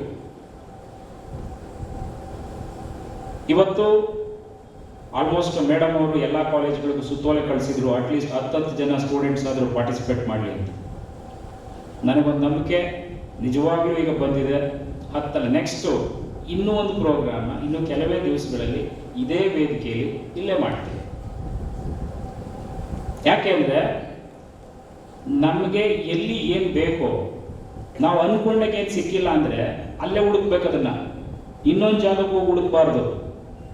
ಹಾಗಾಗಿ ಇವತ್ತು ಏನು ನೀವು ಪಾರ್ಟಿಸಿಪೇಟ್ ಮಾಡಿದ್ದೀರಾ, ನಾವು ಕಾರ್ಯಾಗಾರಗಳನ್ನ ಮಾಡ್ತೀವಿ. ನಮ್ಮ ಲಾಯರ್ ಸಾರ್ ಹೇಳ್ದಂಗೆ ಕಾಲೇಜ್ಗೆ ಬಂದು ಯಾವುದಾದ್ರೂ 1 ಪೀರಿಯಡು 2 ಪೀರಿಯಡು ರಿಕ್ವೆಸ್ಟ್ ಪೀರಿಯಡ್ಸ್ಗಳನ್ನ ತಗೊಂಡು ಒಂದು ಪರ್ಟಿಕ್ಯುಲರ್ ಸಬ್ಜೆಕ್ಟ್ ಯಾವುದಾದ್ರೂ ಸರಿ, ಒಂದು ನಿಮ್ಮ ಶಿಕ್ಷಣ ವ್ಯವಸ್ಥೆ ಬಗ್ಗೆನೋ, ಅಥವಾ ಡೊಮ್ಯಾಸ್ಟಿಕ್ ವೈಲೆನ್ಸ್ ಕೌಟುಂಬಿಕ ದೌರ್ಜನ್ಯಗಳ ಬಗ್ಗೆನೋ, ಅಥವಾ ಹೆಣ್ಮಕ್ಳುಗಳ ಸೇಫ್ಟಿ ಮೆಷರ್ಸ್ಗಳ ಬಗ್ಗೆನೋ, ಅದು ಮಹಿಳಾ ಕಾಲೇಜಿಂದನೇ ಶುರುವಾಗಲಿ ಅಂತ ನಾನು ನಮ್ಮ ಕೆಂಪಮ್ಮನವ್ರನ್ನ, ನೇತ್ರಾವತಿ ಮೇಡಮ್ನವ್ರನ್ನ ಎಲ್ಲರೂ ನಾನು ರಿಕ್ವೆಸ್ಟ್ ಮಾಡ್ತೀನಿ. ಆ ಕಾರ್ಯಾಗಾರಗಳು ಸಪ್ರೇಟ್, ಅದು ಕಾರ್ಯಾಗಾರ. ಆಗಲೇ ಒಬ್ಳು ಹುಡುಗಿ ನನಗೆ ಪ್ರಶ್ನೆ ಕೇಳಿದ್ಲು ಸೆಕ್ಷನ್ ಬಗ್ಗೆ. ನಾವು ಯಾಕೆ ಇವತ್ತು ಅದಕ್ಕೆ ಆನ್ಸರ್ ಮಾಡ್ತಾ ಇಲ್ಲ ಅಂದರೆ ಅದು ಕಾರ್ಯಾಗಾರದಲ್ಲಿ ಕೇಳುವಂಥ ಪ್ರಶ್ನೆ. ಇಲ್ಲಿ ನಾವೊಂದು ಒಳ್ಳೆ ಉದ್ದೇಶ ಇಟ್ಕೊಂಡು ಒಂದು 4 ಹೆಜ್ಜೆ ಆಗ್ತಾ ಇದ್ದೀವಿ. ಆ ಹೆಜ್ಜೆನ ಸೇರಿಸಿ ಒಂದು ಆ ಸಾಮೂಹಿಕವಾಗಿ ಆ ಬಲ ತಂದ್ಕೊಳ್ಳೋದು, ಆ ಚೈತನ್ಯ ತುಂಬಿಕೊಳ್ಳೋದು, ಆ ಇನ್ಸ್ಪಿರೇಷನ್ ತುಂಬಿಕೊಳ್ಳೋದು. ಅದಕ್ಕೋಸ್ಕರ ಇದೊಂದು ಸ್ಫೂರ್ತಿದಾಯಕವಾದಂಥ ಒಂದು ನಡೆ ಆಗಲಿ, ದಾರಿ ಆಗಲಿ ಅನ್ನೋದಾದರೂ ನನ್ನ ಕೋರಿಕೆ. NSS ಸಂಯೋಜಕಿಯವರಾದಂಥ ನೇತ್ರಾವತಿಯವ್ರ ಜೊತೆಲಿರುವಾಗ ನಮಗೆ 36 ಕಾಲೇಜನ್ನ ಹೋಗಿ ಟಚ್ ಮಾಡೋದೇನೋ ದೊಡ್ಡ ಮ್ಯಾಟ್ರ್ ಅಲ್ಲ. ಕಾರಣ ಯಾಕೆ ಅಂದರೆ ನಾವು ದಾರಿ ಹುಡುಕ್ಬಿಟ್ಟಿದ್ದೀವಿ. ನಿಜವಾಗ್ಲೂ VC ಅವರು ನಮಗೆ ಭಾಳ ಚೆನ್ನಾಗಿ ಕೋಆಪ್ರೇಟ್ ಮಾಡೋದು. ಓಕೆ, ಈ ಕಡೆ ಕೆಂಪಮ್ಮನವರು ಕೋಆಪ್ರೇಟ್ ಮಾಡೋದು. ನಾನು ಇನ್ನು ಕೆಲವೇ ಕಾಲೇಜ್ಗಳಿಗೆ ಮಾತ್ರ ಹೋಗೋಕ್ಕಾಯ್ತು, ಯಾಕೆಂದರೆ ಅವಧಿ ಕಮ್ಮಿ ಇತ್ತು. ಜೊತೆಗೆ ನೀತಿ ಸಮಿತಿ ಜಾರಿ ಇದೆ. ನೀತಿ ಸಮಿತಿ ಇದ್ದಾಗ ನಾವು ಫುಲ್ ಫ್ಲೆಡ್ಜಲ್ಲಿ ಕೆಲಸ ಮಾಡೋಕ್ಕಾಗೋದಿಲ್ಲ, ಇತಿಮಿತಿಲೇ ಕೆಲಸ ಮಾಡಬೇಕಾಗತ್ತೆ. ಆದರೂ ಇವಾಗಲೇ ಮಾಡಬೇಕು, ಯಾಕೆ ನೆಕ್ಸ್ಟ್ ನಿಮಗೆಲ್ಲ ಎಕ್ಸಾಮಿನೇಷನ್ಸ್ ಬರ್ತಾ ಇದೆ. ಮುಂದೆ ಎಕ್ಸಾಮಿನೇಷನ್ ವೆಕೇಷನ್ ಇರ್ತೀರಾ. ಆಲ್ಮೋಸ್ಟ್ ಟೈಮ್ ಟೇಬಲ್ ಬಂದಿರ್ಬೋದೇನೋ, ತಮಗೆಲ್ಲ ಗೊತ್ತಿಲ್ಲ. ಒಟ್ಟಲ್ಲಿ ಎಕ್ಸಾಮ್ಗೆ ಮೊದಲು ಪ್ರಿಫರೆನ್ಸ್ ಕೊಡಿ, ಚೆನ್ನಾಗಿ ಓದಿ, ಒಳ್ಳೆ ಅಂಕಗಳನ್ನ ತಗೊಳ್ಳಿ, ಒಳ್ಳೆತನ ಬೆಳೆಸ್ಕೊಳ್ಳಿ. ಆಗಲೇ ನಮ್ಮ ಡಾಕ್ಟರ್ ಸಾಹೇಬ್ ಹೇಳ್ದಂಗೆ ಪ್ರಾಮಾಣಿಕತೆ ಅನ್ನೋದು ಭಾಳ ಮುಖ್ಯ. ಸ್ನೇಹಕ್ಕಿಂತ ದೊಡ್ಡ ಸಂಬಂಧಗಳಿಲ್ಲ. ಆ ಸ್ನೇಹಕ್ಕೆ ಇನ್ನೊಬ್ಬ ಸ್ನೇಹ ಕೈಗೂಡಿಸಿದ್ರೇ ಆ ಬಲ, ಆ ತಾಕತ್ತು. ಓಕೆ, ಆದ್ದರಿಂದ ನಮ್ಮಲ್ಲಿ ನಮ್ಮ ಸಂವಿಧಾನ ಸ್ಪಷ್ಟವಾದಂಥ ಒಂದು ಮಾರ್ಗದರ್ಶನ ಕೊಟ್ಟಿದೆ. ನೀವು ವಿದ್ಯಾರ್ಥಿ ದಶೆಯಲ್ಲಿದ್ದೀರಾ, ನಾವು ನಿಮ್ಮೂರಿಗೂ ಬರ್ತೀವಿ. ಇಷ್ಟು ಜನ ಇದ್ದೀರಾ, ಎಷ್ಟೋ ಊರುಗಳವರು ಇರ್ತೀರಾ. ನಿಮ್ಮೂರು, ನಿಮ್ಮ ಗ್ರಾಮ ಪಂಚಾಯತಿಯಲ್ಲೂ ಕೂಡ ನಾನು ಆಗಲೇ ಹೇಳ್ದಂಗೆ ವಿಲೇಜ್ ಲಾ ಅವೇರ್ನೆಸ್ ಕಮಿಟಿ, ಒಂದು ಹಳ್ಳಿಯಿಂದ 10 ಜನರನ್ನ ತಗೊಂಡು ಒಂದು ಗ್ರಾಮ ಪಂಚಾಯತಿಯಲ್ಲಿ ಒಂದು 50-100 ಜನರನ್ನ ಕೂಡಿಸಿ ನಿಮ್ಮ ಕಾಲೇಜಿಗೆ ಬಂದು ನಾವೇನು ಕಾರ್ಯಾಗಾರ ಮಾಡ್ತೀವೋ ಅದೇ ಕಾರ್ಯಾಗಾರಗಳನ್ನ ಗ್ರಾಮ ಪಂಚಾಯತಿಯಲ್ಲೂ ಮಾಡ್ತೀವಿ. ಗ್ರಾಮ ಪಂಚಾಯತಿಯಲ್ಲಿ ಮಾಡಿ ಒಂದು ಹಳ್ಳಿ ಅಂದ್ರೇನು, ಒಂದು DC ಅಧಿಕಾರ ವ್ಯಾಪ್ತಿಯಲ್ಲಿ ಅದು ಕಂದಾಯ ಇರ್ಬೋದು, ಶಿಕ್ಷಣ ಇರ್ಬೋದು, ನೀರಾವರಿ ಇರ್ಬೋದು, ಎಲ್ಲ ಇಲಾಖೆಗಳ ಪರಿಚಯ. ನನ್ನ ಉದ್ದೇಶನೂ ಅದು. ಪ್ರತಿಯೊಬ್ಬರು ವ್ಯವಸ್ಥೆ ಬಗ್ಗೆ ಮೊದಲು ತಿಳ್ಕೋಬೇಕು. ಪುಸ್ತಕ ಓದ್ಕೊಂಡ್ಬಿಟ್ರೆ ಎಲ್ಲ ಆಗಲಿಲ್ಲ. ತುಂಬ ಜನ ನೋಡಿ, ತುಂಬ ಜನ ಡಾಕ್ಟರ್ಸು, ಇಂಜಿನಿಯರ್ಸು, ದೊಡ್ಡ ಎಜುಕೇಟೆಡ್ಗಳಿಗೆ ಕಾಮನ್ ನಾಲೆಡ್ಜ್ ಇಲ್ಲ. ಒಂದು ಪೊಲೀಸ್ ಸ್ಟೇಷನ್ ಅಂದರೆ ಹೆಸಿಟೇಟ್ ಮಾಡ್ತಾರೆ. ಯಾವ್ದಾದ್ರು ಆಫೀಸ್ಗೆ ಹೋಗ್ಬೇಕಂದ್ರೆ ಯಾರನ್ನೋ ಕೇಳಬೇಕು ಅಂತಾರೆ. ಸೊ ಇನ್ಯಾರಿಗಾದ್ರೂ ಜವಾಬ್ದಾರಿ ವಹಿಸ್ತಾರೆ, ನೀವು ಹೋಗಿ ಮಾಡ್ಕೊ ಬಂದ್ಬಿಡಿ ಅಂತಾರೆ. ಅದಲ್ಲ, ನಮ್ಮ ವಿಚಾರಗಳು, ನಮ್ಮ ಸಮಸ್ಯೆಗಳು, ಅದನ್ನ ಎದುರಿಸುವಂತ ಶಕ್ತಿಯನ್ನ ನಾವೇ ರೂಢಿಸ್ಕೊಳ್ಬೇಕು.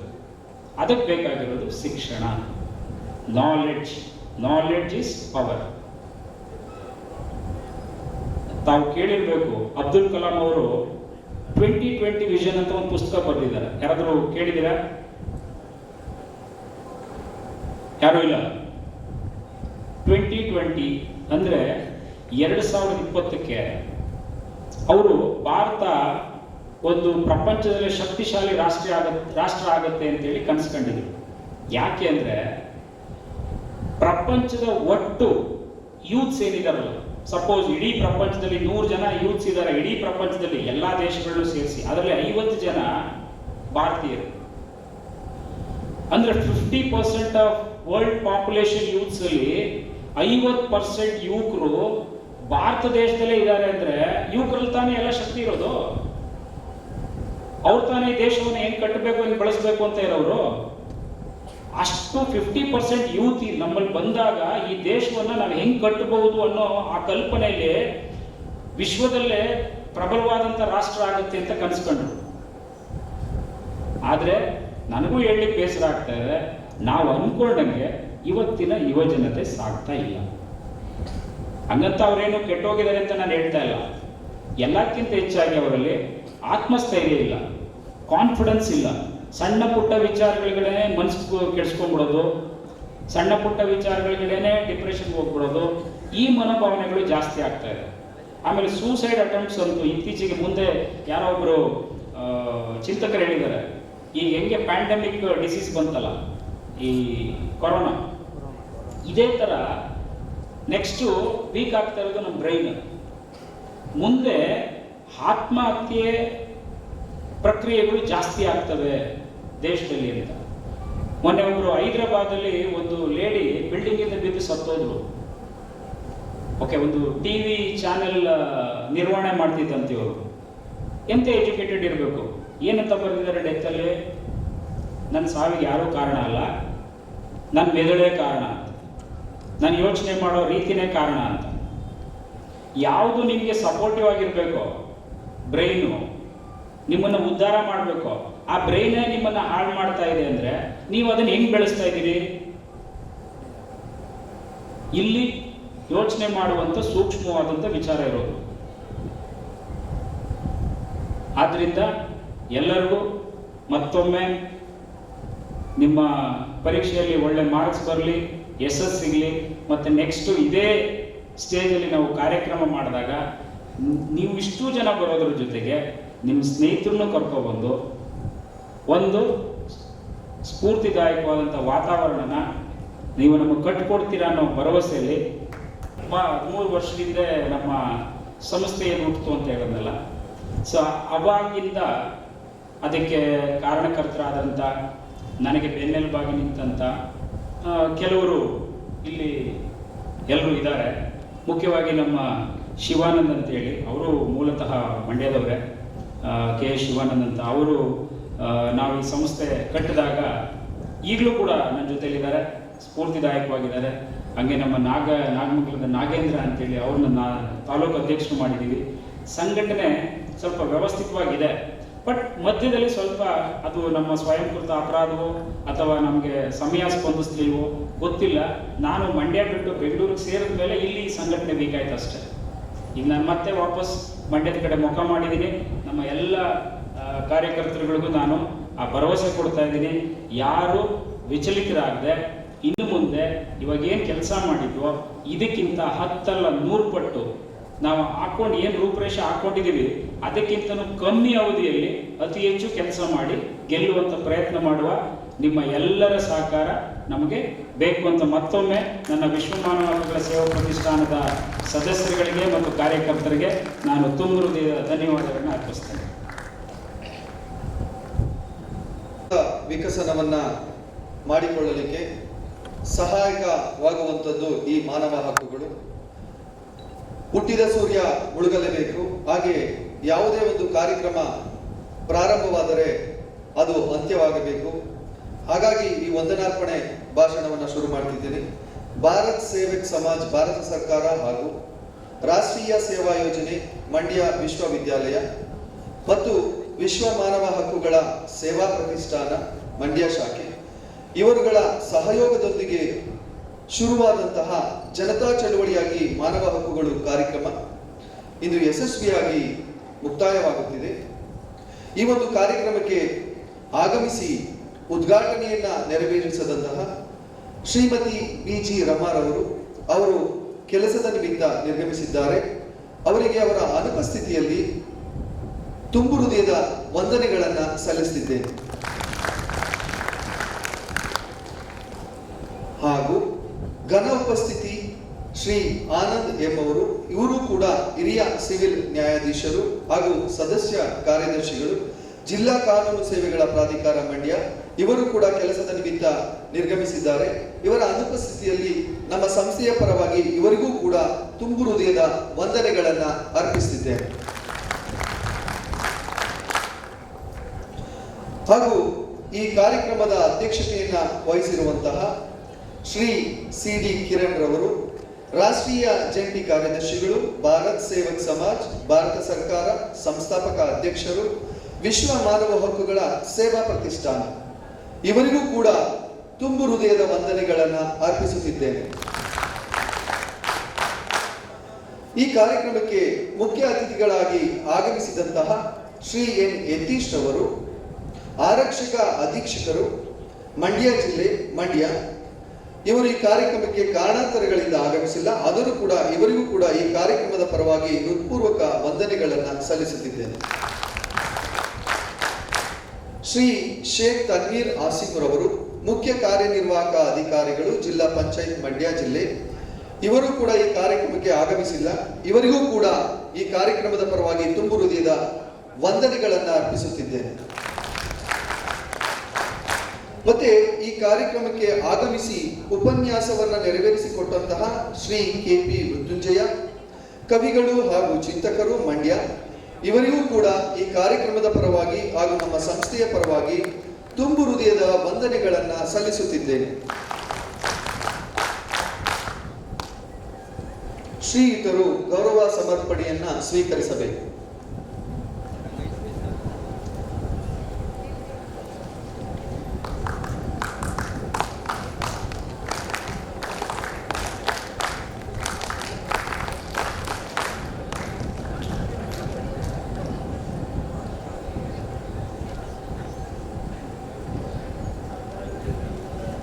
ತುಂಬು ಹೃದಯದ ವಂದನೆಗಳನ್ನ ಸಲ್ಲಿಸುತ್ತಿದ್ದೇನೆ. ಶ್ರೀಯುತರು ಗೌರವ ಸಮರ್ಪಣೆಯನ್ನ ಸ್ವೀಕರಿಸಬೇಕು.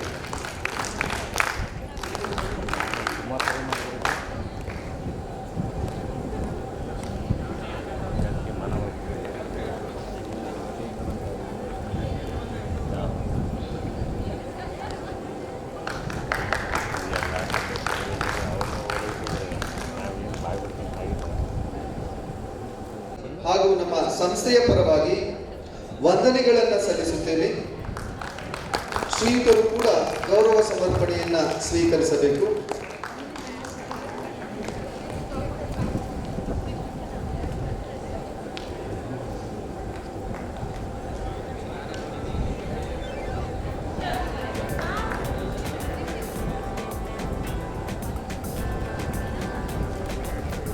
ಗೌರವ ಸಮರ್ಪಣೆಯನ್ನು ನಡೆಸಿಕೊಟ್ಟಂತಹ ಗಣ್ಯರಿಗೆ ಧನ್ಯವಾದಗಳು. ಶ್ರೀಮತಿ ಡಾಕ್ಟರ್ ನೇತ್ರಾವತಿ ಮೇಡಮ್ ರವರು, ಕಾರ್ಯಕ್ರಮ ಸಂಯೋಜನಾಧಿಕಾರಿಗಳು, ಎನ್ಎಸ್ಎಸ್ ಮಂಡ್ಯ ವಿಶ್ವವಿದ್ಯಾಲಯ ಮಂಡ್ಯ, ಇವರಿಗೂ ಕೂಡ ಈ ಕಾರ್ಯಕ್ರಮದ ಪರವಾಗಿ ವಂದನೆಗಳನ್ನ ಅರ್ಪಿಸುತ್ತೇನೆ.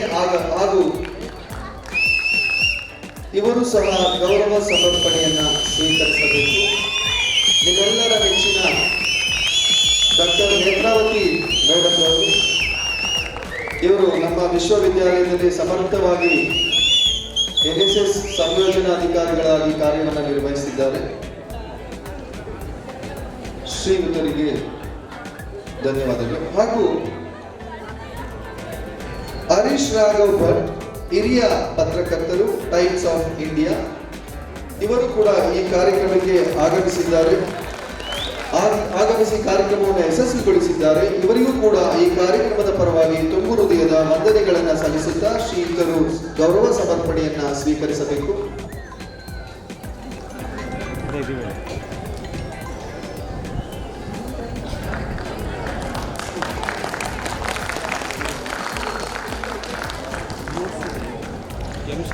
ಗಣ್ಯರಿಗೆ ಧನ್ಯವಾದಗಳು. ಮತ್ತೊಬ್ಬರು ಅತಿಥಿಗಳಾದಂತಹ ಶಿವಾನಂದ್, ಬೆಂಗಳೂರು ಶಾಖೆ ವಿಶ್ವಮಾನವ ಹಕ್ಕುಗಳ ಸೇವಾ ಪ್ರತಿಷ್ಠಾನ, ಇವರಿಗೂ ಕೂಡ ತುಂಬು ಹೃದಯದ ವಂದನೆಗಳು ಹಾಗೂ ಶ್ರೀಯುತರು ಗೌರವ ಸಮರ್ಪಣೆಯನ್ನ ಸ್ವೀಕರಿಸಬೇಕಾಗಿ ಕೋರಿಕೆ.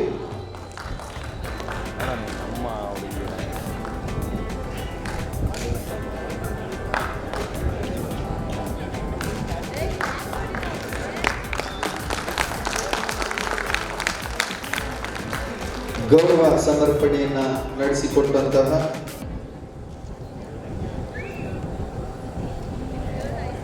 ಗಣ್ಯರಿಗೆ ಧನ್ಯವಾದಗಳು. ಹಾಗೂ ಡಾಕ್ಟರ್ MS ರೇಖಾರವರು ಸಹ ಪ್ರಾಧ್ಯಾಪಕರು ಮನೋವಿಜ್ಞಾನ ವಿಭಾಗ,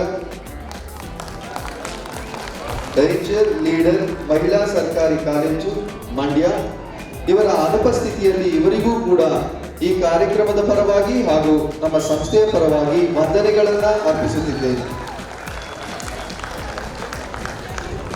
ಹಾಗೂ ಈ ಕಾರ್ಯಕ್ರಮದ ಅಧ್ಯಕ್ಷತೆಯನ್ನ ವಹಿಸಿ ಕಾರ್ಯಕ್ರಮವನ್ನು ರೂಪಿಸಿ ಕಾರ್ಯಕ್ರಮದ ಯಶಸ್ವಿಗೆ ಕಾರಣರಾದಂತಹ ಶ್ರೀ CD ಕಿರಣ್ ರವರು, ರಾಷ್ಟ್ರೀಯ ಜಂಟಿ ಕಾರ್ಯದರ್ಶಿಗಳು, ಭಾರತ್ ಸೇವಕ್ ಸಮಾಜ್ ಭಾರತ ಸರ್ಕಾರ, ಸಂಸ್ಥಾಪಕ ಅಧ್ಯಕ್ಷರು ವಿಶ್ವ ಮಾನವ ಹಕ್ಕುಗಳ ಸೇವಾ ಪ್ರತಿಷ್ಠಾನ, ಇವರಿಗೂ ಕೂಡ ವಂದನೆಗಳನ್ನ ಅರ್ಪಿಸುತ್ತಾ ಶ್ರೀಯುತರು ಗೌರವ ಸಮರ್ಪಣೆಯನ್ನ ಸ್ವೀಕರಿಸಬೇಕಾಗಿ ಕೋರಿ.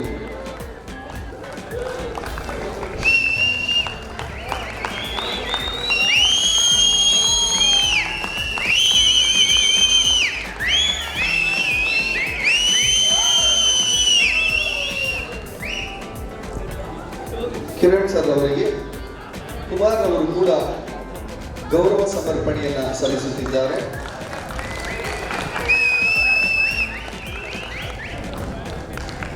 ವಿದ್ಯಾರ್ಥಿಗಳು ಚಪ್ಪಾಳೆಯನ್ನ ತಟ್ಟಬೇಕು.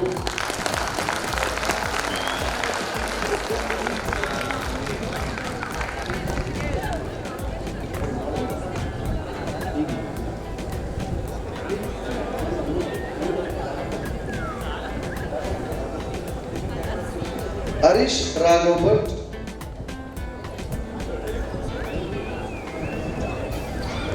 ಹಾಗೂ ಈ ಕಾರ್ಯಕ್ರಮದ ರೂಪುರೇಷೆಗಳನ್ನು ರೂಪಿಸಿ ಈ ಕಾರ್ಯಕ್ರಮದ ಯಶಸ್ವಿಗೆ ಕಾರಣರಾದಂತಹ ನಮ್ಮೆಲ್ಲರ ನೆಚ್ಚಿನ ನಟರಾಜ್ ಜೀವಧಾರೆ ಮಂಡ್ಯ,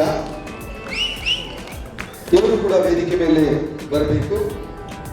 ಈ ಕಾರ್ಯಕ್ರಮದ ಯಶಸ್ಸಿಗೆ ಕಾರಣರಾದಂತಹ ನಟರಾಜ್ ಜೀವಧಾರೆ ನಟರಾಜ್ ರವರು ಮಂಡ್ಯ, ಅವರಿಗೂ ಕೂಡ ವಂದನೆಗಳನ್ನು ಅರ್ಪಿಸುತ್ತಾ ಶ್ರೀಯುತರು ಗೌರವ ಸಮರ್ಪಣೆಯನ್ನ ಸ್ವೀಕರಿಸಬೇಕಾಗಿ ಕಳಕಳಿಯ ಮನವಿ. ನಟರಾಜಣ್ಣ ಅವರು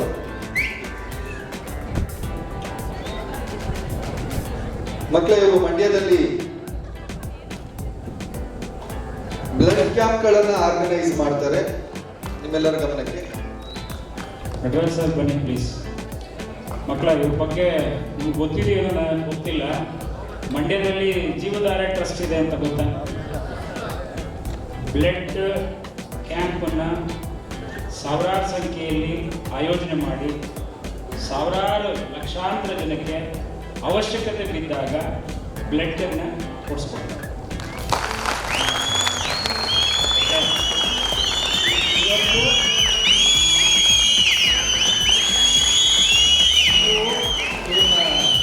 ನಂಬರ್ನ ತಗೊಂಡು ಇಟ್ಕೊಂಡು ಯಾರ ಫ್ಯಾಮಿಲಿಯಲ್ಲಿ ಅವಶ್ಯಕತೆ ಬಿದ್ದರೆ ನೀವು ನಟರಾಜಣ್ಣವ್ರನ್ನ ಕಾಂಟ್ಯಾಕ್ಟ್ ಮಾಡಿದ್ರೆ ನಿಮಗೆ ಬ್ಲಡ್ ಸಿಕ್ತು ಅಂತ ಗ್ಯಾರಂಟಿ. ಓಕೆನಾ? ಎಮರ್ಜೆನ್ಸಿಯಲ್ಲಿ ಯಾರಿಗೆ ಬ್ಲಡ್ ಕೊಡಬೇಕು ಅದಕ್ಕೋಸ್ಕರ ಅದಕ್ಕೆ ಜೀವಧಾರೆ ಅಂತ ಹೆಸರಿಟ್ಟಿದ್ದಾರೆ. ನನಗಂತೂ ಈ ಕಾರ್ಯಕ್ರಮ ಆಯೋಜನೆ ಮಾಡಲಿಕ್ಕೆ ಮತ್ತು ಸ್ಫೂರ್ತಿದಾಯಕವಾಗಿ ಒಬ್ಬ ಅಣ್ಣನಾಗಿ ಜೊತೆಯಲ್ಲಿ ನಿಂತಿದ್ದಾರೆ. ನಾನು ಅವರಿಗೆ ತುಂಬು ಹೃದಯದ ಅಭಿನಂದನೆಯನ್ನು ಸಲ್ಲಿಸ್ತಾ ಸನ್ಮಾನ ಮಾಡ್ತೇನೆ.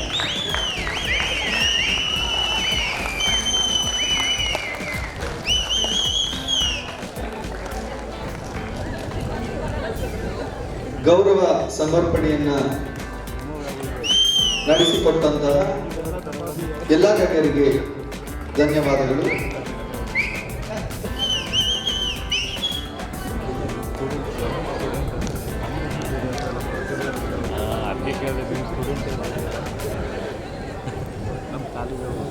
ಕಾರಣಕರ್ತರಾದಂಥವರು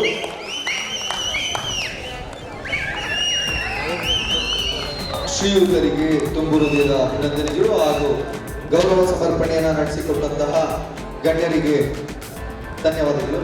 ಹಾಗೂ ಪರಶುರಾಮ್ ರವರು ಕೂಡ ವೇದಿಕೆ ಮೇಲೆ ಆಗಮಿಸಬೇಕು. ಪರಶುರಾಮ್ ಸರ್ ಅವರು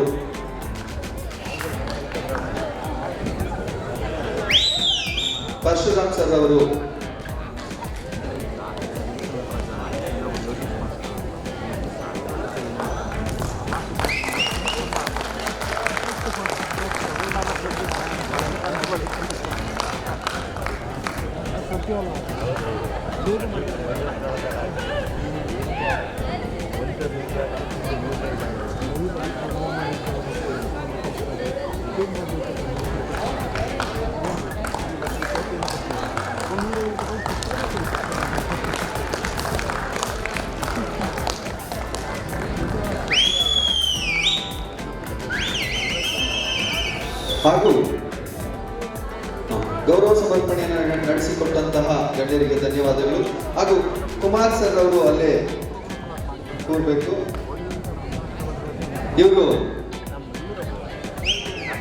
ಇವರು ಕೂಡ ನಮ್ಮ ಈ ಒಂದು ಕಾರ್ಯಕ್ರಮದ ಯಶಸ್ಸಿಗೆ ಕಾರಣಕರ್ತರಾದಂಥವರು ಹಾಗೂ ಮಕ್ಕಳ ಮಂಡ್ಯದಲ್ಲಿ NTV ಅಂತ ಒಂದಿದೆ, ಆ NTVಯ ಸಂಸ್ಥಾಪಕ ಅಧ್ಯಕ್ಷರು, ಮಾಲೀಕರು.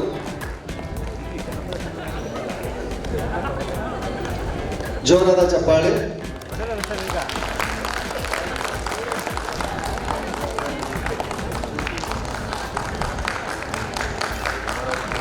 ಗೌರವ ಸಮರ್ಪಣೆಯನ್ನ ನಡೆಸಿಕೊಟ್ಟಂತಹ ಗಣ್ಯರಿಗೆ ಧನ್ಯವಾದಗಳು. ಹಾಗೂ ಶಿವಕುಮಾರ್ ಆರಾಧ್ಯ, ಅಧ್ಯಕ್ಷರು ಮಂಡ್ಯ ತಾಲೂಕು, ಇವರು ಕೂಡ ವೇದಿಕೆ ಮೇಲೆ ಆಗಮಿಸಬೇಕು.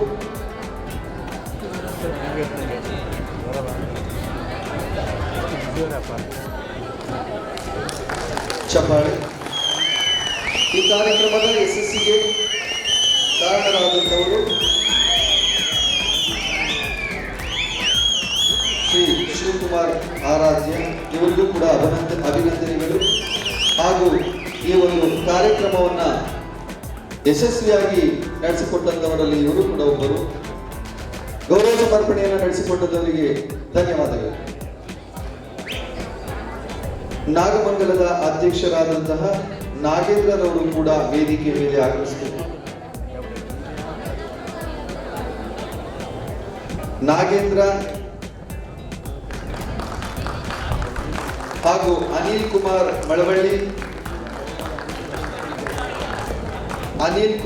ಮಳವಳ್ಳಿ,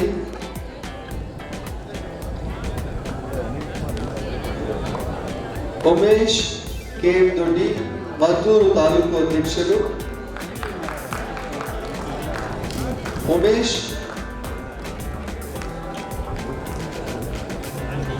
ಮದ್ದೂರು ತಾಲೂಕು ಅಧ್ಯಕ್ಷರು, ವಿಶ್ವ ಮಾನವ ಹಕ್ಕುಗಳ ಸೇವಾ ಪ್ರತಿಷ್ಠಾನ, ಮಂಡ್ಯ ಜಿಲ್ಲೆ.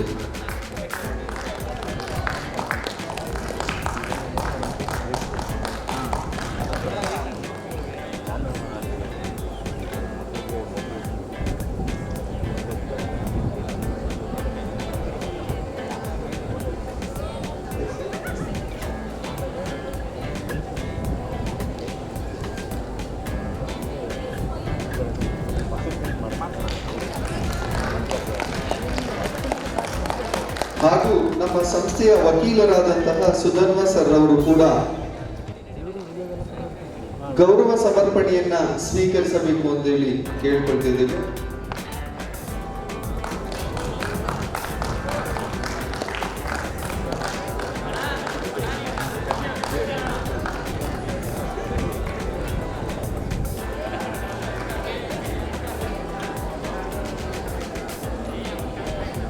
ಮಕ್ಕಳ ಊಟ ಮಾಡ್ಕೊಂಡು ಹೋಗ್ಬೇಕು. ಯಾರೆಲ್ಲ ಹೋಗ್ತಿದ್ದಾರೆ ಹಿಂದೆ?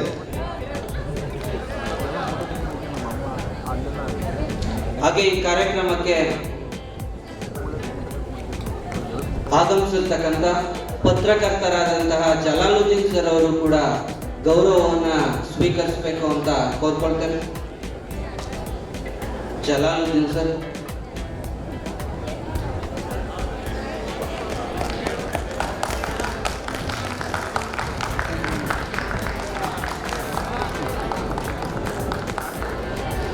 ಇಂಥ ಕಾರ್ಯಕ್ರಮಗಳು ಮತ್ತು ಚಳುವಳಿಗಳು ನಡಿಬೇಕಾದ್ರೆ 10 ಕೈಗಳು ಇದಕ್ಕೆ ಸಹಕಾರವನ್ನು ನೀಡಬೇಕಾಗುತ್ತೆ. ಅದು ಮುಖ್ಯ ಆಗುತ್ತೆ. ಅಂತಹ 10 ಕೈಗಳಿಗೆ ನಾವು ಸನ್ಮಾನವನ್ನ ಅಥವಾ ಗೌರವವನ್ನು ಸಮರ್ಪಿಸೋದು ನಮ್ಮ ಕರ್ತವ್ಯವಾಗಿರುತ್ತೆ. ಅದಕ್ಕೆ ಈಗ ಮಾಡ್ತಿದ್ದೀವಿ. ಮತ್ತೆ ನಮ್ಮ ವಿಶ್ವಮಾನವ ಹಕ್ಕುಗಳ ಸೇವಾ ಪ್ರತಿಷ್ಠಾನದ ಪಾಂಡುಪುರದ ತಾಲೂಕು ಅಧ್ಯಕ್ಷರಾದಂತಹ ಎಸ್ ಕೃಷ್ಣರವರು ಈ ಒಂದು ಗೌರವ ಸಮರ್ಪಣೆಯನ್ನು ಸ್ವೀಕರಿಸಬೇಕು ಅಂತ ಕೋರ್ಕೊಳ್ತೇನೆ. ಹಾಗೆ ಇವರು NSSನ ಸಂಯೋಜನಾಧಿಕಾರಿಗಳು.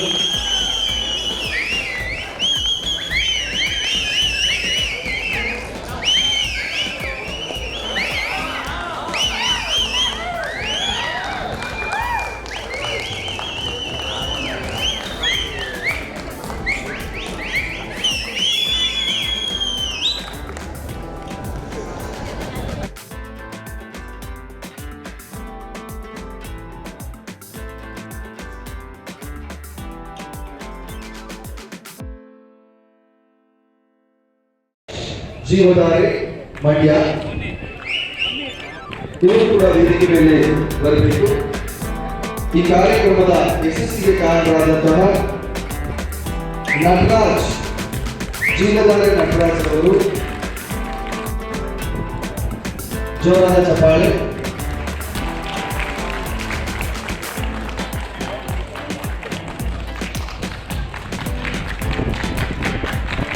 ಗೌರವ ಸಮರ್ಪಣೆಯನ್ನು ನಡೆಸಿಕೊಟ್ಟಂತಹ ಗಣ್ಯರಿಗೆ ಧನ್ಯವಾದಗಳು.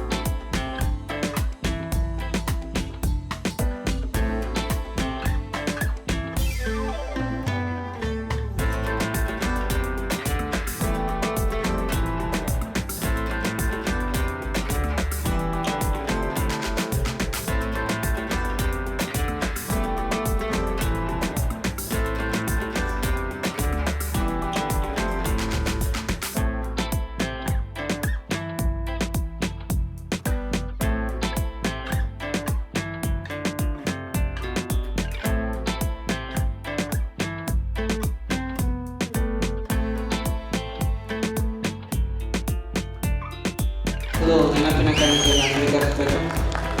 ಆಲ್ಕೆರೆ ಮಹೇಶ್ ಅವರು ನೆನಪಿನ ಕಾಣಿಕೆಯನ್ನು ಸ್ವೀಕರಿಸಬೇಕು.